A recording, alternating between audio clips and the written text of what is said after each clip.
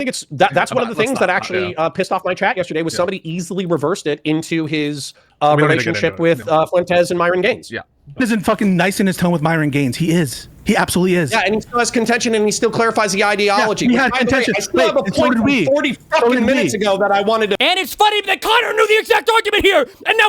And how many people would come out of my conversation and think, well, careful! You got yourself because you knew how much you knew how foolish you were. Oh my god! I can't believe I'm being called anti-Semitic. Like, meanwhile, if you're like, racist attacks against Jews are at an all-time high in the United States, and now Connor did an insanely the most crazy types of personal and attacks everything at me. But I guess Pisco doesn't give a fuck at all about that. So okay.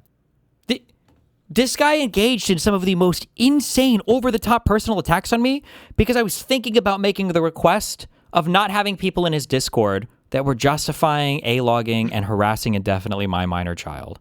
We got up DMs leaked. Yeah. Oh, I don't know about that. What is this? Why are they so Wait, hard how'd to you read? even get this? Who? How did you get the counterpoints in Pisco DMs? Were they? I don't know. It's Is this posted like a on. leak? Yeah, it's posted on the subreddit. Oh, was violating rule number 8. Who leaked this? Maybe someone alt-tabbed? Cool beans. This was 3 days ago. I'm crashing out over Destiny calling you an anti-Semite. Let me know if you want to call at some point. I hear you, bro. I would want to discuss without a focus on his bullshit. He just wants attention. And focusing on his bullshit would be a win for him since he's desperate for my attention. Then what would you want to talk about? Because honestly, I'm done holding back on him. Yeah, really? On him being a piece of shit and expecting people not to throw elbows back. How do people type? How can you possibly type something like this without a shred of self-awareness? What?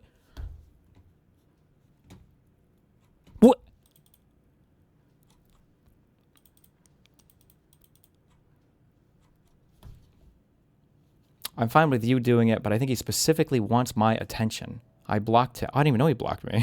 And I think it's a desperate lash out for attention. And so I'm conscious of that. Curious your thoughts, though. Call an hour later. Sorry, can you give me like 30? Yep. Okay, gonna be done. We talk. Okay.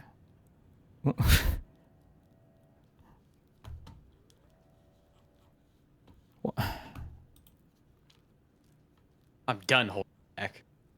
Yeah, now I'm gonna get real.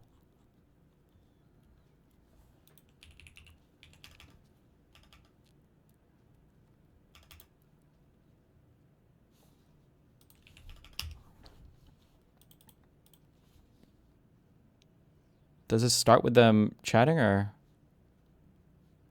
what is the timestamp for this? Oh. Illustration with the Oh my god. Is that?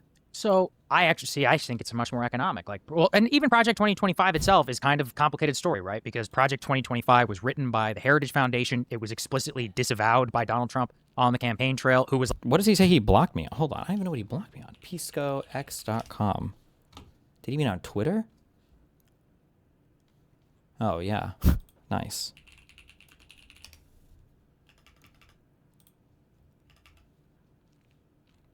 Oh, and Josiah blocked me. Nice. All right, let's go. Oh my god. Wait, Josiah blocked Holy you too? shit. Yeah, it's like the whole squad. All right. Jesus Did you block me? Christ. I doubt it. Check, maybe they did. Nah, I'm good. Oh, you don't want to know. No, I checked. Oh. I'm not blocked. Fuck you. Get snart. That's yeah, talk about the tight ship. Jesus Christ. Wait, check the soy pill? I did. He hadn't. Oh, shit. It was like, I have nothing to do. Come on, man. Now you're. I'm not saying it was real. I'm saying he disavowed it, correct? Like he did. But cynically, he didn't disavow it. He tried not. He gave it plausible deniability. Dude, I love this pushback. W. Jon Stewart. Soccer is just like he's still coping. Right? Like, Point me. Yeah. heads up. So I didn't think Josiah would block you, to be honest. It's just crazy too. I guess like how much I'm expected to kind of just put up with in terms of like all of you guys are kind of like just chill and cozy with a group of people who are consistently calling for my death and like making death threats against me and slandering me and engaging with me in the most like hostile manner over the top possible from literally all platforms. But the second I'm like, I really think that we should probably cover these guys like in an adversarial way, dudes. It's like total fucking meltdown temper tantrum. Meanwhile, I'm the person who's like enforcing coalitions. Jesus Christ. What was our, at the height, what was our ask? Like maybe for every 100 Trump videos, it's one, it's one anti-lefty video, but whatever. Jesus. Let me title this and go live. Do you want me to show my face? I was live, but I tried to restart. And it didn't work, unfortunate. So whatever. I can put my Skill face issue. on for Discord, so you can use it for your thing if you want. Up to you. That'd be great. Okay. That'd be great. All right. Man, you know what? You know what would work is if they paid 1/10 of the attention to the lefties as they do to fucking me. Then it would be fine. Jesus, but that's all good. We're tightening our ranks. That's what's happening. All right. People need to see how handsome you are. No, bro. They need to see how handsome you are. Well, all right. Here we go. Okay, so I am pissed for a variety of reasons. I might be crashing out a little bit harder than usual because of my own personal bullshit. Yeah. So maybe I should let you lead the conversation a little bit so my crash out doesn't become your bullshit. Yeah, so the first thing I want to say is, do you support the ultimate power of Galactic Emperor Chief Palpatine? It's a question from Josiah. Absolutely fucking not, dude. He would literally be a snack to the God Emperor of mankind. On power scaling, he is maybe a regional power at best. Got it. I hope that answers your question. I think that you're crashing out because there's been this accusation. We'll use the passive language. There's been an accusation that I'm anti-Semitic, and you think... Which is fucking insane, by the way. And I have your I have you maxed out on my volume, but you're still quite low. Could you choke up on it? I'll try to be a little closer to that a little better. When it's like this? Yes, that's better. Okay, cool. So using the passive language, there has been an accusation that I am anti-Semitic, and my inclination is that like severely frustrates you, given that it's like just an obvious deceptive smear, and it's, in my opinion, clearly motivated by desiring attention, among other things.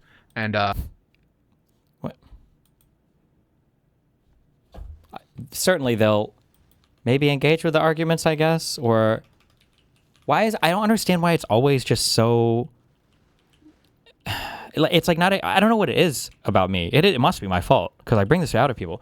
Nobody can just like respond to any of the actual arguments that I give. Like nobody can get, but maybe they will, maybe they will, maybe they will, maybe they will. Like it's always like, oh, he must be like personally motivated. And it's like, you can just watch the stream. Like it's all public. You can go through my entire rationale for every single thing I'm saying. And like, it's not that hard and it's not even really that complicated, but okay.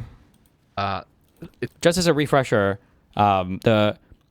the argument that I am kind of giving for this, and it's not really an accusation on just Pisco. It's like this entire lefty lib and then DSA coalition is that the permission structure to be anti-Semitic is indistinguishable right now from that of a neo-Nazi permission structure to be anti-Semitic. But more importantly, we would never qualify any other form of bigotry for whatever reason, as hard as we do like anti-Semitism.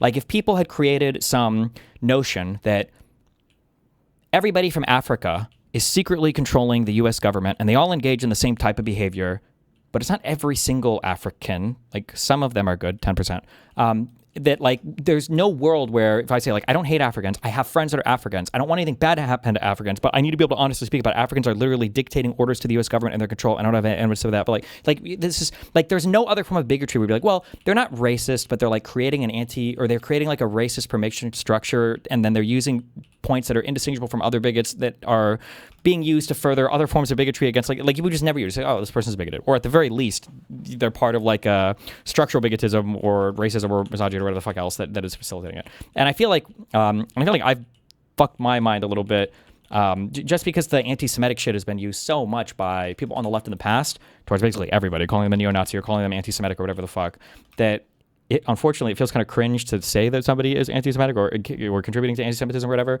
And so I feel like I've been a little bit reluctant to go down that road. But also when I say go down the road, I'm not like here to call people neo-Nazis and like, no, now we don't have to engage with them. But I think that like we're at levels of Zog posting that I've never seen in my entire life before. And none of these guys call it out. Every single person is part of that on this side, and they're all complicit in it. And that's just insane to me that that's like where we're at and nobody can say anything about it. But it's caught you feeling all kinds of ways. I take the view that like I'm going to defend myself, right? Obviously, but sort of feed it into a distinct personality-driven drama cycle is precisely like the wrong approach, in that it is like dead in the gutter, and it's not worth us being like so upset about it. I think that the accusation is like self-discrediting, and frankly, speaks for itself and how ridiculous it is. Of course. Well, there you go. Okay, but my frustration with the exact same drama is, and maybe I'm tagging things together, which might be unfair to the situation. But after Stephen and I had a personal split, there was crossover between our communities, and there was an attempt, at least in my opinion, I attempted to retain some of the people that had like cross-pollination between the communities. But the truth is, in my opinion, that the drama and its after effects tainted our relationship to the point that those relationships weren't sustainable in the long term anyways. And so all I did while trying to be as honorable as I could was I still lost the community members that I cared about. Like, just to be clear, the drama, quote unquote, that Connor is talking about is apparently calling Child Protective Services, the FBI, and I guess multiple local law enforcements, because a snarker convinced him that an email that was sent 8 months ago by somebody who was having a meltdown online meant that me and this person were having extended fantasies that were going to potentially lead up to us trading our children for each other to fuck in real life. Okay? That's the interpersonal drama that Connor talks about. All of this was fucking crazy. And all of that was spurred on by me just casually kind of floating in front of Mr. Mooten. I don't know how I feel about being friends with streamers who have people like Doobie in their Discords 24/7, like in 6-hour VCs, saying that my kid should be doxxed and harassed for the rest of their life. I don't know how I feel about that. And that was the impetus for Connor to be like, well, I've known for a long time that you were trying to kid swap with another woman. Like, are you okay? But okay, so that's the background to this drama. So somehow he was surprised that he wasn't able to hold on. I don't know. But okay, anyway, so that was that was that. All right. Well, you floated that you would blacklist them, yes? I don't know if I floated. I don't think I floated any direct prescription. It was like a thing that I was just like openly thinking about with Mooten. Like not to mention the fact that even if I did say the word blacklist, like I famously have the least kept blacklist in the entire fucking world. Okay, in terms of like ops that I continue to debate. All right, even once on the blacklist, but like I didn't even commit to anything on that because Wick came in and talked to me about it, and I hadn't even committed to like anything strong. It was just like there was a thing that made me deeply uncomfortable. That there is a guy called Doobie, the same guy who prepared the document for Connor, by the way, to go over on stream. That guy was in voice chats for 6 hours a day talking about why it would be okay to A-log my minor child, and then 3 years in the future, if he's ever an adult and tries to go to college or get a job somewhere, he would have people like Doobie constantly hounding him. I think so. I feel like. Okay. I feel like it was kind of an explosive situation. But okay, we'll just say interpersonal drama. Be as honorable as I could was I still lost the community members that I cared about. And so what's ended up like slowly, but I did lose them in the long run. And so at this point, it feels like elbows can be thrown in one direction without consequence. And that's what pisses me off about it, because it's poor argumentation, it's drama farming. I think it's flat on its face fucking laughable. And yet, the people who are oftentimes the targets of this, and I would say that you and Josiah were the targets of this within the past 72 hours. And then like, just to be clear, I openly argue with and I'll fight with anybody in my community all the time, famously with both the people on this call. I've had tons of huge debates and fights before. When I say fights, I don't mean like squabbles or whatever, but just like fighting over political things. The idea that like you can only throw elbows one way and I'm intolerant of any, this is just a weird Hassan talking point that has been fucked into their skulls. I don't know how it's so You're effective. usually like the biggest person that like people can push over, and you will just like take it and continue on. Yeah, it's Which like is, I think, like a flaw of yours. it- But yeah. sure. Well, yeah, I'm trying to do it as much, but like it's just like Yeah. insane that like this talking point is just so readily accepted without without like a second thought in their mind. But okay. Hours, you have to be the bigger person. You have to say, oh well, they're just looking for my attention, and it's kind of silly anyways. Otherwise, you invite more additional negative attention. But for me, I'm like, F that. You know, it's sorry. It's so stupid that it's like laughably poor ground to fight on. And I've been talking for too long, but I would like the opportunity to articulate that in a moment. Yeah, sure. I mean, that's all good. I want to explain why I do what I do and why I take the position that I do. Like, I definitely have certain feelings about going to my Jewish co-host on Live and Learn to explain why I'm anti-Semitic and saying I'm like more anti-Semitic openly than Nick Fuentes or a neo-Nazi. But I take that to be... That was a wild quote. I actually lost my bananas on that one. I feel like it's really wild to me that Hassan Piker, with 30,000 viewers on Twitch, noticed on stream, quote unquote, noticed that I'm really important is Israeli, and said he's Israeli, not Zionist or whatever, just Israeli, and left that up to his entire audience after he spent the better part of the last 2 years saying how all Israeli people need to be killed, and people like Pisco would have fuck all to say about it. But you know, I think that's kind of crazy. But that's just me. I just take that to be evidence that it's not good to get into personalities. Because it's, also if you have like a friend who's a certain thing, then you can't possibly be contributing to or facilitating bigotry against that personal thing. I have the black friend. And it just makes me more convinced that the best thing to do is to just... Coming in to say that Pisco is an autistic warhead, is he like afraid of ever admitting he is to correct a position? He can never, ever, ever do. That's just not possible. You want the best example of that? Wake me up when Pisco finally comes to terms with how unfathomably fucking wrong he was and being complicit with pushing the Hassan lie about the huge detainment with TSA or whatever. Like, that was a straight out, I think we knew that on day 1 or 2, that was a massive fucking lie. Pisco never corrected on that position. He was completely and totally fucking wrong on it. But he was one of the biggest stands of that. But he'll never come back from that. Or like, he'll never admit that he was completely fucking wrong on that. Just keep it to the issues and to try to leave the mudslinging to the people in the gutter. But but maybe I'm a gutter person then. So the reason why I've gotten frustrated with this is because... Why did you drop the snarker stuff? Feels like you don't talk about it anymore. Because that space has been fucking nuclearly detonated. A lot of that space kind of started to fly apart. Oh yeah, they kind of died. Oh yeah. A lot of people broke from it. A lot of the pressure on those communities made it a little bit untenable. So now Jessica generally focuses on a little bit of drama stuff, but just like lefty snarker stuff now instead of just like the personal drama snarker stuff as much. So I think we busted apart that shit pretty well. Yes, but maybe I'm a gutter person then. So the reason why I've gotten frustrated with this is because we all started in the proverbial trenches of the panel scene.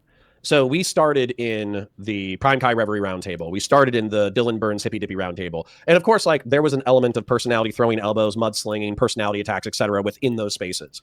But I always did feel like the best people were the people who were capable of not only receiving those attacks, but then articulating something intelligent. And so for me, continuing at this point in my, whatever you want to call it, digital media career, I don't have this like, oh, I'm above attitude. And not only that, but it feels weak. And I'm not trying to criticize you with that, because I think it takes a certain amount of self-restraint in order to not respond.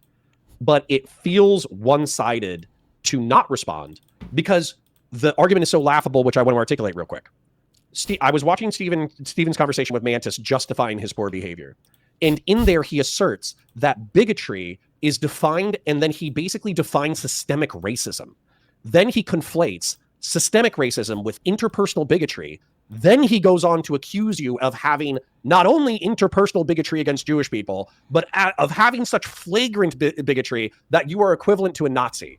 Whereas, what I think, if we look at it descriptively, is you are, and in my opinion, I share this opinion, but it's nowhere near as charged. You are sometimes too nice, too far lefties who are anti-Zionist. That is not the same fucking thing. And to pretend it's the same thing is absurd. I agree. I mean, I think it's a disgusting thing to say, but what do I get out of litigating? It's so funny also seeing like how like sad and upset, like I can't believe I'm being called anti-Semitic. Like meanwhile, if you're like racist attacks against Jews are at an all-time high in the United States, and you have like the entire faction of the far left is like just openly hostile towards Jewish fucking anything, and anti-APAC has become the singular calling card by which a lot of these people unite around, and none of these people have had fucking anything to say about it. But it's the white man's fragility, okay, on full display here. Jesus Christ. In a nasty, acrimonious way. How is it in my interest to do that? Does he try to understand why he's being called anti-Semitic at all? I don't even know if he even engaged with it, but that's why we're listening. I'm just curious. Like I said, it's just, my father told me he would always have the saying, because he was all about like self-control and emotional regulation. Two things. The first is, make a speech when you're angry and you'll make the best speech you'll always regret. That's number one. And two is, if you lose control, you're really giving another person power over you. The power to dominate your emotions, to change like what you say and how you say it. And so I've been reflecting a little bit more about his influence on my life, and some of his maxims and wise sayings. And yeah, I just think that I want to approach this defending myself, but where I'm doing it from a respectable position, and where I'm not giving into this race to the bottom. Now, it might seem cuck to you, or like I'm choosing to disarm myself or whatever, but I don't want to allow others to police who I talk to when I talk to them, or to control what I do. And so autonomy is front and center about like what I intend to do going forward. And I think that means being mature and recognizing, yeah. Like, I don't even know, like, these are just like the most like worthless statements of all time. Like, I don't want anybody to control who I talk to. No one is controlling who you talk to.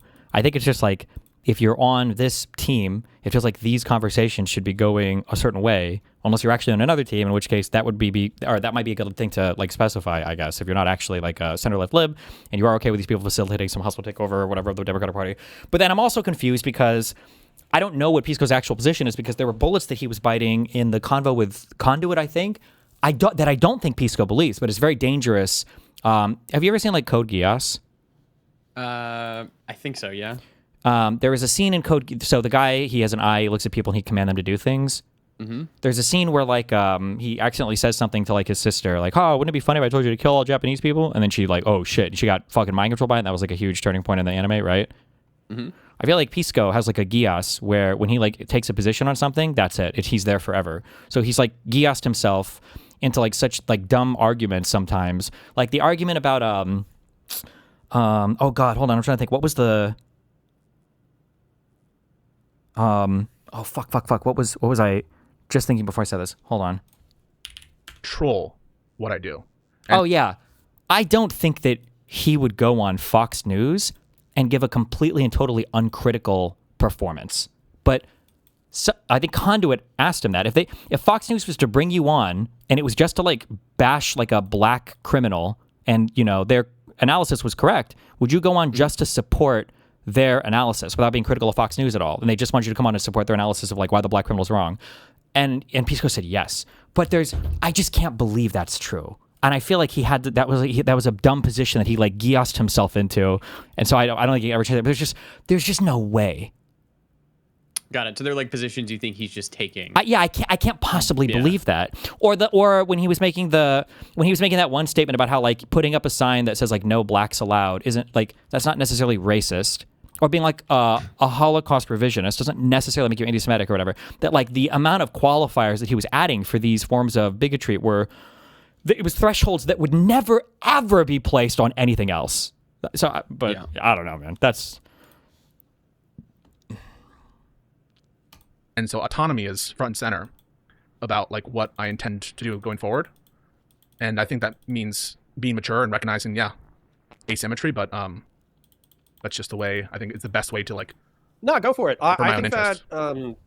I think the good news is that what is it? I think they call it like a right to respond or something like that. I've seen that meme thrown about. So nobody would ever deny that you have like a right to respond. But I do think it takes a certain amount of self-discipline and strength to say, well, you know, that's so absurd and flat on its face. Here's my actual positions and F you. And I think that particularly that since Josiah is successful and he does have his own thing going and it's not reliant on slinging mud in the trenches, I am, happy for him in that regard. And then I think you too, if you have a content career that is not reliant on getting down into the trenches in the mud, that's totally fine. For me, it's not the asymmetry just feels, I think the asymmetry feels unjust to me. And I feel like maybe this is just a little bit of personal shit, but like I engaged in the asymmetry because I thought that I would achieve a goal of retaining, staying out of the mud and being thought of as like a more honorable creator and being more patient, and that would be reflected in the outcomes in the audience. But it just wasn't. All that it meant is that one side could behave unilaterally poorly, and I just fucking, I just took the slow consequences of those hits anyways. Like somebody here is having this like some kind of psychotic break. Psychosis. I don't know if there's like a thing where we can get like a psychiatrist or something to pull us all into a room and have a conversation, because it's like Connor tried to go at me really, really, really hard multiple times. He dragged Lauren Southern's 4 name times, man. through the mud for no reason but to get owns on me in like online politics debates. Like he was doing multiple Erudite too. Yeah, and he was leading these things. It wasn't like I was like personally attacking Connor. He's like, well, I'm gonna bring this up. Like he's leading it. And then for him to come out now and he's like, yeah, it just seems like the way that these people are engaging is they're unilaterally attacking me in a way that I've never been able to respond to. And it's like something here has to be, somebody's mind is getting warped here in a really, really, really bad way. Yeah. And so that's where my calculus is different. Yeah. My father's stoicism was natural, but he never gave me highfalutin speeches about it. So I actually like being pissed off. Like, I hear you, and I'm not saying that there aren't trade-offs to the approach. I'm not saying that like I know what I'm doing is perfect or whatever, but I think that, for example, litigating in acrimonious, sharp terms, cross accusations, getting involved in like personal life stuff, that all is, I think, not going to help me. It's not going to like personal life stuff. Like I don't think I'm any personal life attacks at Pisco, unless like being anti-Semitic or something is like this is like a bigoted claim that is just like a personal life thing. Like I don't think Pisco is, attacking Jewish people in real life or wearing swastikas. Now, Connor did an insanely the most crazy types of personal and attacks everything at me, but I guess Pisco doesn't give a fuck at all about that. So okay, to make me happier. It's not going to make do me. You remember the original Batman with Christian Bale, the first one? Of course, Batman Begins. Okay, so there's that scene where he's fighting the guy who's going to become Ra's al Ghul, played by Liam Neeson. And he like slides into a certain position on the ice, and he has like a sword pointed at Ra's al Ghul's. Well, I think he's pointed it at his throat. And then Ra's al Ghul says, you traded sure footing for a killing stroke. And then he taps the ice and then it falls through. So my frustration with you taking this position, yeah, sure, you don't need to do this. But we're all competing within the marketplace of ideas. We're all creators. We're all, personalities and all that kind of shit. And for me, all you would have to do within, let's say that you and Steven had a one-on-one conversation. All you would have to do, in my opinion, is... Hold on.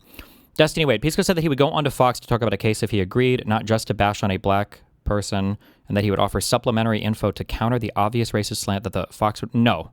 I think he was asked clarifying questions on this multiple times. If he was only brought on to agree with a Fox News narrative where they were correct about a thing, not to offer any other substantive pushback on any of the other stuff that they say or do, even related to like group of people, that he would be okay with that appearance. Unless I misunderstood that conversation, I'm almost positive that it was clarified to that level. So like, black person does something bad, there's a huge, like, what about that track dude? Wasn't it a black kid that stabbed somebody? That if they were like, Pisco, can you come on and give legal analysis for why it's actually really good that this kid got charged with murder and convicted, blah, blah, blah, that he would go on just to do that and then leave. And that would be it. It wouldn't, and whether or not all of Fox was like hyped on fucking black people murdering somebody because it's a really good story for them, he wouldn't care about any of that. I'm almost, you're making me doubt myself. I'm almost positive that that's what that was his position. That's why I always said it was so unbelievable. There's no possible way that he could feel that way. Within, let's say that you and Steven had a one-on-one conversation. All you would have to do, in my opinion, is tap the fucking ice and he falls through. No. Because the anti-Semitic What? charge is so laughable and absurd. And his mixture of definitions had, like, a psychotic break. I never knew him before, but like this guy is off the deep end. so laughable and absurd that, like, if anybody went into that argument and they felt like you were actually an interpersonal bigot against Jewish people, and that's what they extracted from the conversation, it's because like an interpersonal bigot. This is exactly the thing I was saying that made me feel so weird about these conversations. Was like, we would never ever ever apply this standard of bigotry to any other group of people except for Jews. We would never ever ever apply this standard of bigotry to any other group of people. Can you explain that a little bit? Sorry. That if I were to say that, like, it's hard because no other country also has just like they're the only country for that group of people. But if I were to say something like, well, I'll just use the continent of Africa. Like, if I were to say that I feel like Africa has too much control on the United States, the Africa Pac or Africans in the United States are like in control of our government. I think that they're like trying to outbreed. I would have to find like the similar things that map onto the same conspiracies that people would say about great replacement stuff in black people, and then like anti-Semitic stuff with Jewish people. The thing is that for somebody like Pisco, or where the DSA left types are, I guess to me more concise, they've gone basically about as far as you can ever go with like neo-Nazi anti-Semitic conspiracy theories. They haven't quite gotten to the Holocaust revisionism yet, but Pisco said that Holocaust revisionism wouldn't make you necessarily like anti-Semitic, but every other quality is there. In the past, the two big ones were that there were Jews that were secretly in control of everything, and that they were utilizing this position to weaken the position of the United States. And I feel like that great replacement thing from the Spain-Morocco shit was like that's another story that if you would have asked me 5 months ago, I would have bet heavily against anybody on the left covering it like that. And basically, that was a crazy one, Yeah, but these are core neo-Nazi. Like, this is like some of your requirements to be considered like neo-Nazis. Like, there's also a lot to be said as well for the desperate, pathetic obsession with labeling Israel as the new Nazi Germany. That everything has to like cross over. That like the Palestinian stuff is a second Holocaust. That Netanyahu is like Hitler. That the modern day Israel is just like the Nazi Germany. That the IDF are just like the Nazi soldiers Gestapo. It's like that. It's so much. It's so crazy. It's just.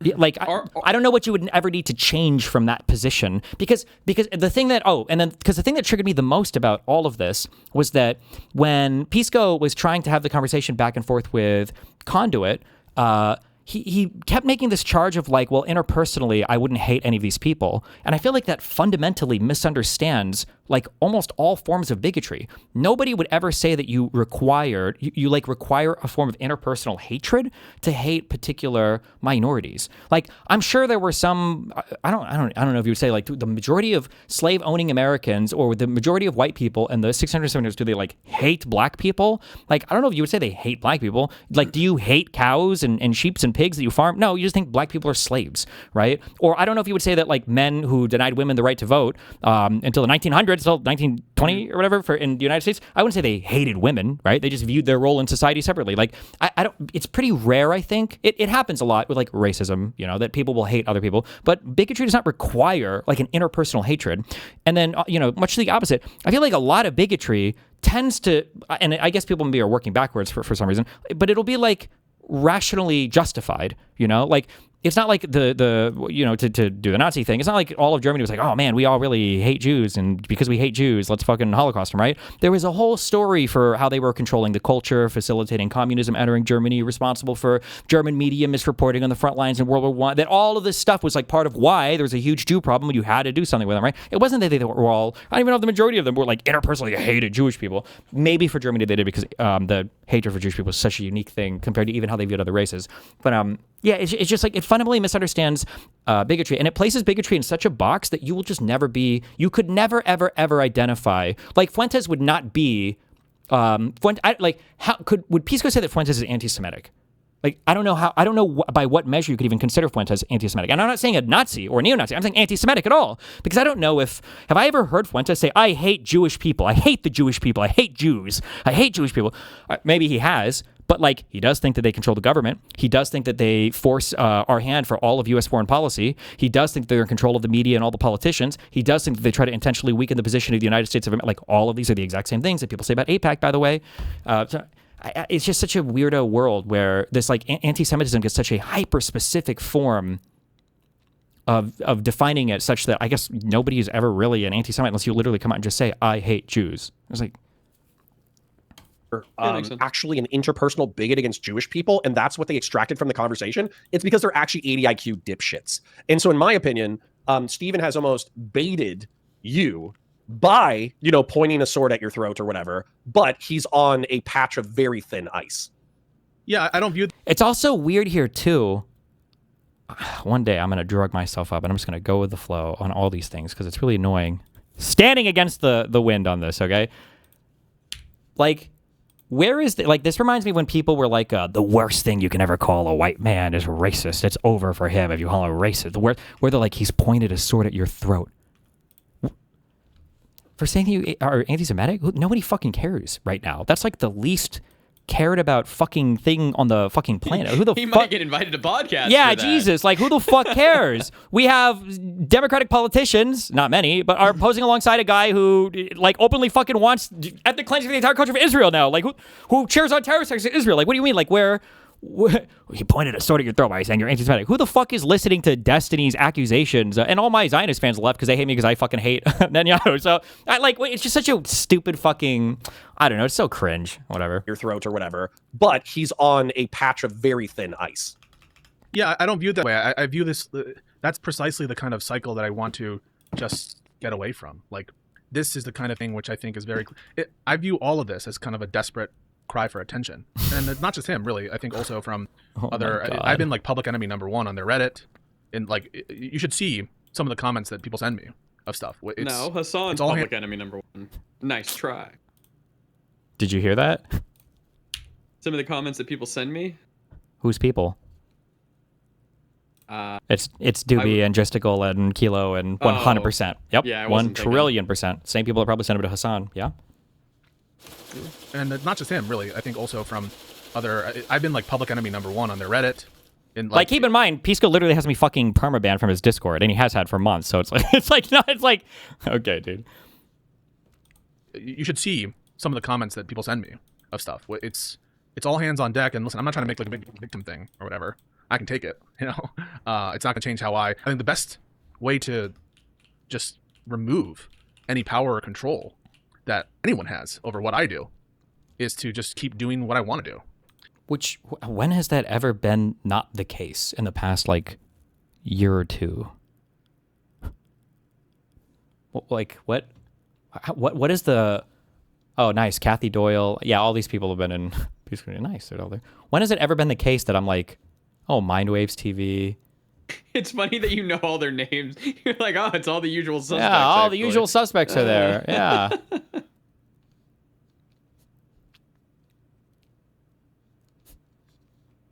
Jesus. God, I really came back and I was just like, where did everybody go? Where are all you people? Officer Nasty is there. Nice. Good. All right. There we go. Oh, yeah, I blocked that guy. Yeah. He's annoying. He just kept adding me. And what I want to do is not to do a conversation about my anti-Semitism and defend my honor with him. That's just not something that I'm interested in. And I think it's precisely what this flatly ridiculous and absurd accusation is trying to achieve. I think that's its goal. Why? It's not like I'm calling him out for like, we need to be, I've already, like, it's funny because I've even said explicitly, like, this is, the anti-Semitism shit is like fucking lost. That's a lost fucking cause. I don't even care to make that strong of a case about it or whatever. It's just a thing that I think is kind of fucking crazy how it's just so permissible now. How do you expand this if I don't have a plus sign on my keyboard? What is the equivalent command? Oh, Alt F4. What? Alt F4? Oh, really? Yeah. Well, I'm just in a different space, I suppose. I am of the opinion that we talked about like moral shit and different like moral responses to people's poor behavior. There's barbarian retributive violence. There's no plus key, not on my keyboard. There's eye for an eye. There's tit for tat, and there's turning the other cheek. And I feel like enough. So number one, my criticism against Steven would be that he postures barbarian retributive violence as tit for tat incorrectly, and his audience eats that shit up. And then my second charge is that I feel like everyone in the space, either due to some like personal code, moral code, and or they just don't want to deal with the dog pile. They just don't want to deal with dozens or hundreds or thousands of people calling you a piece of shit. What they do is they turn the other cheek. And I just think that I'm done in that regard. I feel like enough people have turned the other cheek that he should have learned his lesson by now. He hasn't. Like, what the fuck is this fucking retard, this mega divorced retarded? What is he talking about? Hello? What? This guy engaged in some of the most insane, over-the-top personal attacks on me because I was thinking about making the request of not having people in his Discord that were justifying A-logging and harassing indefinitely my minor child. What? How dare you? Okay. Jesus Christ. What's funny is you didn't even have to make the requests. Everybody just showed themselves and then fucked Yeah, off. yeah, true. Kicked them. Turn the other cheek that he should have learned his lesson by now. He hasn't. And I think that too many people, either due to material comfort or personal preference, they just don't say, hey, fuck you. And that's where I'm at. Who are all the material comfort people? I guess Dan and Mooten, whose lives my underlings. But I mean, like, who? Minion, please. Who has had? Nobody has had trouble spinning off of my community. Like, what the fuck are they talking about? I've never been on an episode of Live and Learn, right? I don't think so. And all 4 of those people were ostensibly my minions. Where am I exercising all of this control? You're bad at controlling your minions. Look at how many snarkers you got. True. Like, it's just so fucking... It's such a vapid, stupid, hollow... Like, it's so obviously the remnants of what, like, the snarker people have fucked into your empty skull. Like, it's like none of the... Like, these aren't even good. It's just stupid. I don't know. Jesus.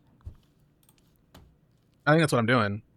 But sometimes I think the coldest way to do that is to, like, just not give in to that urge and to not give, easy attack vectors that are not on the terms you want, right? Like, I think that I'm happy to constantly debunk and destroy all of these, like, pathetic people who call in. Not you, whoever you're thinking. Like, if you called in, I'm not referring to you, but somebody. Yeah, if you called in, you're based. If you called in, you're based. I'm happy to do that, and I'm happy to have it be on those terms. But all it takes is just, like, one little slip or something. You say something that, like, isn't completely 100% justified, and then that becomes the kind of narrative. And so it's just about control. Yeah. You got further to fall. What I would say, though, just so we I'm don't also not repeat interested in that- it, right? Like, even this conversation right now, it's almost like giving more air to it. If people want to defend me, that's fine. If they don't, Click trust. What? because he was molested as a kid. And I'm not saying... Oh, yeah. Jesus. I forgot about Jesus that Christ. I forgot about that one. Yeah. What's the time frame of him sexing his wife? Last February. Literally, he gets fucking sued. The drama drops, and he's talking to this chick. Why do you think he's like this? Because he was molested as a kid. And I'm not saying that in a funny way. I actually don't know if he was molested. But I wouldn't be surprised. And also, his grandma had dementia, and his grandma euthanized a bunch of dogs. When he was a Jesus. teenager. What the... Hot diggity dog! This is a rough... He went for, friend like, divorce. all of them. Yeah, man. like, what is, like, Jesus. running down? Like, what is every single personal attack I've ever heard on this person in my entire fucking life? Also, he keeps on trying to say that he's 5'8", but in the beginning of his career, he was 5'7". He lied. He's actually 5'5". He actually is, like, his grandma was a slave owner. He showed me the pictures of their sugarcane plantation. They do call themselves the Gusanos. Like, Jesus That's his real last name. Christ. Well, That's fine, too. And then now he's like, I'm tired of Steven personally attacking us and us never responding to his personal attacks. Like, bro, are you okay? let me articulate the calculus that seems to have bewildered some of your critics, because I feel like I've heard you and Josiah and other Who is feeding Connor this stuff? Connor has been getting fucked in the brains by all of these weirdo people who are in all these chats, and that's all we they didn't do with the notice whole it life. for a bit, but when we caught on, Oh yeah, well after the big thing, they all showed up, right? Maywan, Doobie, Kathy, the Officer Nasty person, this Ali Cattails. I see her snarking a lot. Yeah, they're just like it's like the same like 5 to 10 names that just show up in every fucking Discord or whatever. people articulate this calculus before. So there is a coalition of people who do not like Trump and do not like MAGA who need electoral. Wow, Graham, thank you for the $100. You should play Guam. Oh, there is a coalition of people who do not like Trump and do not like MAGA, who need electoral power in order to hold the current regime accountable for what they have done and also prevent them from political power in the future.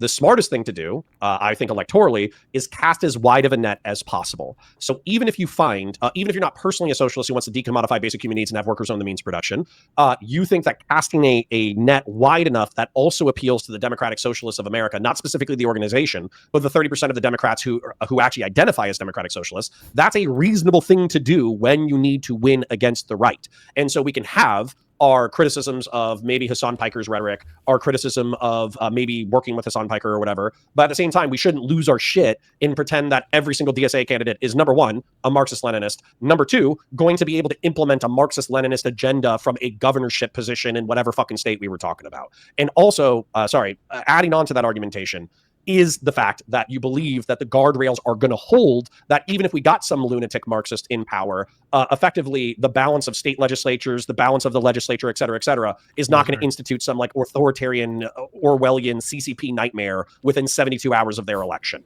Tell me. Like, yeah, that's definitely our position, guys. Man, beat up that straw man. Keep going. Where I'm missing your argumentation. Yeah, I don't want a communist Marxist state. I don't think it's very likely to occur. And so someone could disagree with me, and let's be honest, you do, right? You're the person who disagrees with me.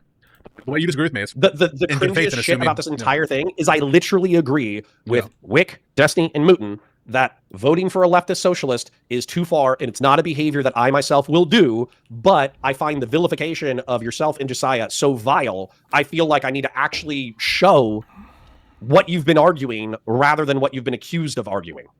Yeah, I think that, like, I just want to say, oftentimes the best. When I talked about Hong like that, it was just to get audience members to go vote. I would have voted for her, and you know, I apologize, and it was out of context. True, and you didn't say it, but if you did, you apologize for it, and it was out of context. It was lots of out of context things going on here, guys. Best way to convince, let's say that you wanted to convince me, right? The best way to convince me, or the best way to convince Connor, or the best way to convince anyone of something, right? If you're trying to convince them, is to like try to represent their view in the most good faith version that they themselves would accept, right? After they've said, this has to be a troll. It's got to be this. This is like the MK Ultra thing. It's me. I'm being MK Ultra. It has to be, right? Like, how do they just summarize my positions? That I think that everybody's going to become a Marxist overnight, and that all of my conflict here is just interpersonally motivated by my spite and my obsession with, I guess, trying to get Pisco's attention on me? What? True. Right? If I start to strawman a view, or if I start to, for example, be belligerent against me and say that I'm, I don't know what the accusation is, I'm opening the door, I'm not a communist. Another banger? I don't need to, listen, we all know Connor got Relationship. What is this? Sounds like you're making the drunken girl at the bar deserve the rape argument when it comes to Destiny's sex life. Sure. He deserves it. He deserves it. He shot homemade pornography. Dude, how he this guy's YouTube channel didn't get banned is wild to me. It's wild. Hassan made the call. I don't know. I don't, Jesus. But I'm opening the door for communism or whatever. I'm like less apt to hear you. And so to the extent that like, Connor, you're trying to convince Pisco, hey. Are all these snarkers feeding content creators info? Basically, former DGG fans turn anti-fans, turn snarkers. Yeah, all of these guys get fed info from the same group of people. Yeah, just to go, they make their little documents and notepads, and then they ship them out. This is where Hassan probably is getting most of his information from. It's where Pisco... It's a morning dossier. Yeah, probably, unironically, yeah. Where... It's like Trump. Yeah, basically, yeah. Maybe in crayons, too, yeah. This is actually a real threat, and you're underestimating it. I would rather hear the art honestly from you, because I at least have some confidence that you're going to try to repeat back to me my framing and my values in an honest way. And I think that like a point for all the haters to consider is, what are you trying to do? Are you trying to convince me? Are you trying to convince Josiah?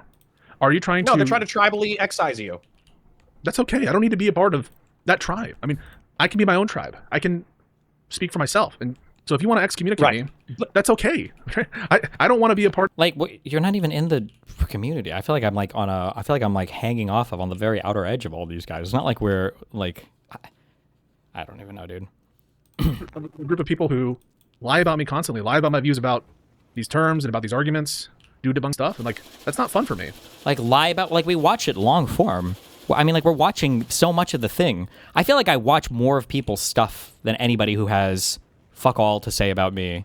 I feel like I pay a good amount of attention to, you know, whatever it is they're saying before I make judgments on it, but okay.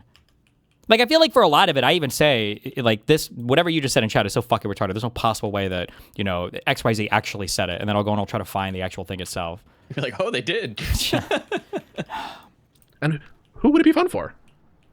But but this is what pisses me off, and maybe this is part of what gets my goat, is that it felt like, maybe I'm hallucinating things, but it felt like when the scene was more poppin', like 2019 to 2022 is when I was a part of the scene, and we had the Reverie roundtable, and we had the, you know, Hippy Dippy roundtable, and all that kind of shit. It felt like argumentation was so honed by so many key players that there were arguments that were solidly dismissed as soon as they were uttered, and one of them was guilt by association.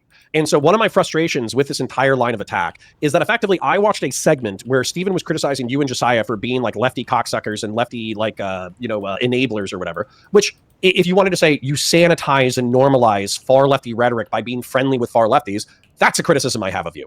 However, he goes a step further and he says that by Josiah trying to be nice to, I don't know if you remember this content or not, but it was either Live and Learn or something else. Wick called in, and then there was another large creator who called in, and he self-identified as a liberal, but a member of the DSA. Oh, Keith, one of the most retarded fucking guys, who, by the way, 2 days later on Twitter was also saying that apparently I'm in a court case for sending like minors porn or whatever. Like, by the way, or sending minors of porn of minors to other people. I think is what the Keith guy was saying. Who was also retweeting that, you know, that cat. What is the guy's name? Oh, Gato Fumador. Yeah, who's like one of the most unhinged fucking accounts on the on X. That Keith, by the way, but okay. And he was like friendly with Hassan Piker or whatever. Yeah. But by Josiah trying to say, hey man, I understand what you're saying, but Hassan Piker is actually kind of a rough dude and has some rough politics, this, that, the other. You might want to take a deeper look. That was the way that was characterized. Yeah, the argument doesn't matter. I mean, doesn't like was you're still Josiah himself sweeping for Hassan Piker. And that's not what was happening at all. But that was the critique that was levered over and over and over again, was that Pisco and Josiah might as well be Hassan simps because of the Pisco. It was the way that was characterized. Hey man, I understand what you're saying, but Hassan Piker is actually kind of a rough dude and has some rough politics, this, that, the other. You might want to take a deeper look. That was the way that was characterized. Yeah, the argument doesn't matter. I mean, doesn't like was you're still Josiah himself sweeping for Hassan Piker, and that's not what was happening at all. But that was the critique that was levered over and over and over again, was that Pisco and Josiah might as well be Hassan simps. Yeah, because all they do is because they ignore every single insane fucking thing that these people say. I don't know why I'm repeating my argument, but okay, yeah. Last one. Why? J-Stock loves Sherry. He loved that bitch. You think that fat motherfucker didn't love that bitch? He loved that bitch. Wasn't there evidence of Batman and Supreme cheering on the weird cyber person? What the fuck does that change?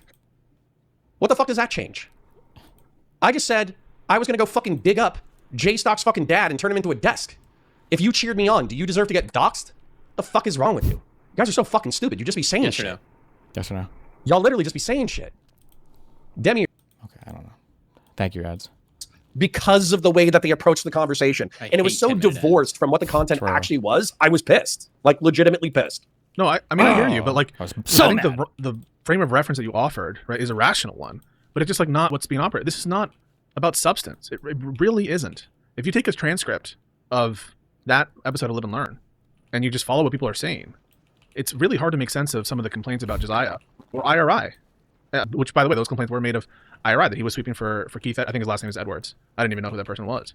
But it's not driven by a sense of anger at the substance. It's driven by an emotion and a deep and sincere, I think, for some people, a feeling of betrayal. Not the Twitter account. Okay. No. But it's not driven by a sense of anger at the substance. It's driven by an emotion and a deep and sincere, I think, for some people, a feeling of betrayal.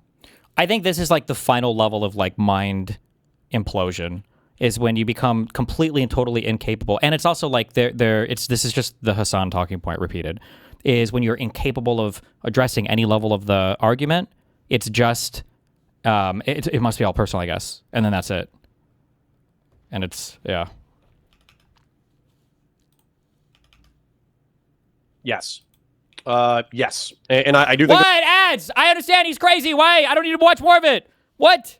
But I think that at some point it is incumbent upon Stephen where recklessness is no longer an excuse. So, for instance, if we go through the Mr. report and we look at a decade of broken relationships, and then we know that 2022 is the peak of the drama where you guys are in orbit and get driven out of orbit. I didn't know watch him talking to fucking Lavid Mr. Girl. I'm good. I saw it. He did it afterwards. Okay. Yes. Every time somebody has an issue, they all run and they all do the group thing. Okay. I got it. Jesus. There's a personal component. He's got it. It's driven by an emotion and a deep and sincere, I think, from some people, a feeling of betrayal. Yes. Yes. And I do think there's a personal component for me. But I am I'm just at a different stage, I suppose, where I feel like in our personal fallout, Stephen and my personal fallout, I try to do the right thing, really at all times. But I also tried to be like sane and balanced towards people who were critical of the way that I conducted myself there. I didn't get very much for it. If anything, I feel like I've been punished for trying to be tactful. And I'm just done. I'm just done with it. So I'm not going to have this like unilateral contention where effectively Steven and his orbiters can throw fucking weight around and count on me to not want to. So he said, your problem with Josiah didn't as H and at... I don't know what this sentence means. You problem with Josiah didn't as H and as sanitizing all of Keith arguments by rephrasing them in case you don't remember because Connor is doing a straw man. Oh, my issue. Oh, yeah. I don't know if that conversation itself had anything to do with them sanitizing Hassan. It had to do with the fact that Josiah was hardcore laundering all of Keith's statements. Sure. To respond due to the dog pile that will incur if I do respond. I'm just going to fucking respond the way that I feel like it. And sometimes maybe that'll be more like you, where I'll just be like, that's small potatoes. Who gives a shit? Fuck. I was done even with despite how fucking unhinged and brain broken Connor's shit was. Like, I was done with it after a few days. He's the one who decided, like, was it over a month? He like had to do another stream and another one and another one and another one and another one and another one, like going on like one more thing, one more doc, one more set of logs, one more FBI call, one more CPS call, one more thing. It's like, bro, holy shit. Take a breather. Right? That it might be like that. But sometimes I'm going to be like, no, that's too far. Fuck you. Here's my line, and here's why you're a piece of shit. And I think that's just where it's at. To quote a great liberal, I love debate. I love conflict. I seek it out. Okay, so I definitely appreciate disagreement, and I don't even know who that's supposed to be a snark on quoting Hassan, I guess. Hassan? Okay, but I don't even know. Okay, good one. I will, as part of my stream, react very strongly to people in the chat who say things I disagree with, and I will react the way that I think is appropriate. And sometimes, I go a little hard on some commentator or some some chat. I said my piece. I do consider it. I think at this point, I would say that like these lefty people, if they aren't saying anything explicitly about what's going on, I would consider all of that anti-Semitism. I consider all of them anti-Semitic. But like, no one cares about anti-Semitism in the United States, so I don't give a fuck. So it's not like I'm every single day. I'm like, Pisco needs to answer for his anti-Semitism. I think they need to answer for their blah blah blah blah. Like they're acting like I was like demanding some fucking we need a public statement on you from this when it's like no, nobody's even who fucking cares, bro. Chatter or someone who's calling in, and oftentimes I feel bad afterwards because as hard as I go on a lot of these people, like, and I want to just be totally upfront and call them like losers and you're dummy, low IQ, all this shit. At the end of the day, and I'm not doing this to be condescending, but it is true. Like, we're all people. There is a great deal of overlap in our values and some of the people who call in and who I do believe that some of these people want to just see the world be better. And it makes me sad that they have this, what I think is an untrue view of my opinions or my intentions, or they think I'm just doing this for money, or I'm just grifting. But you can't let... But wouldn't they feel weird to accept the position of laundering anti-Semitic views? I mean, I'm sure they would. And I'm sure, I don't know if they can talk about it or not. It's up to them. I don't ever force content on any of these people. But I said my thing on it. It's like, it's pretty rare that I like harp on the same thing for... weeks and weeks, unless it's like an active back and forth. Like I generally say my piece on thing and move on. I don't know, it's retarded.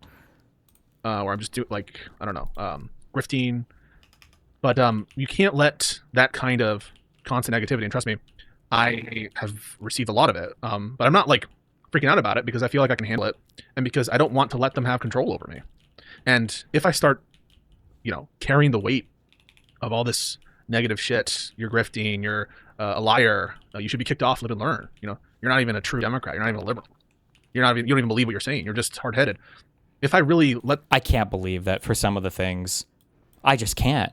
I can't because, like, I guess it depends on what he considers the greater insult, because I don't think that Pisco is that fucking retarded.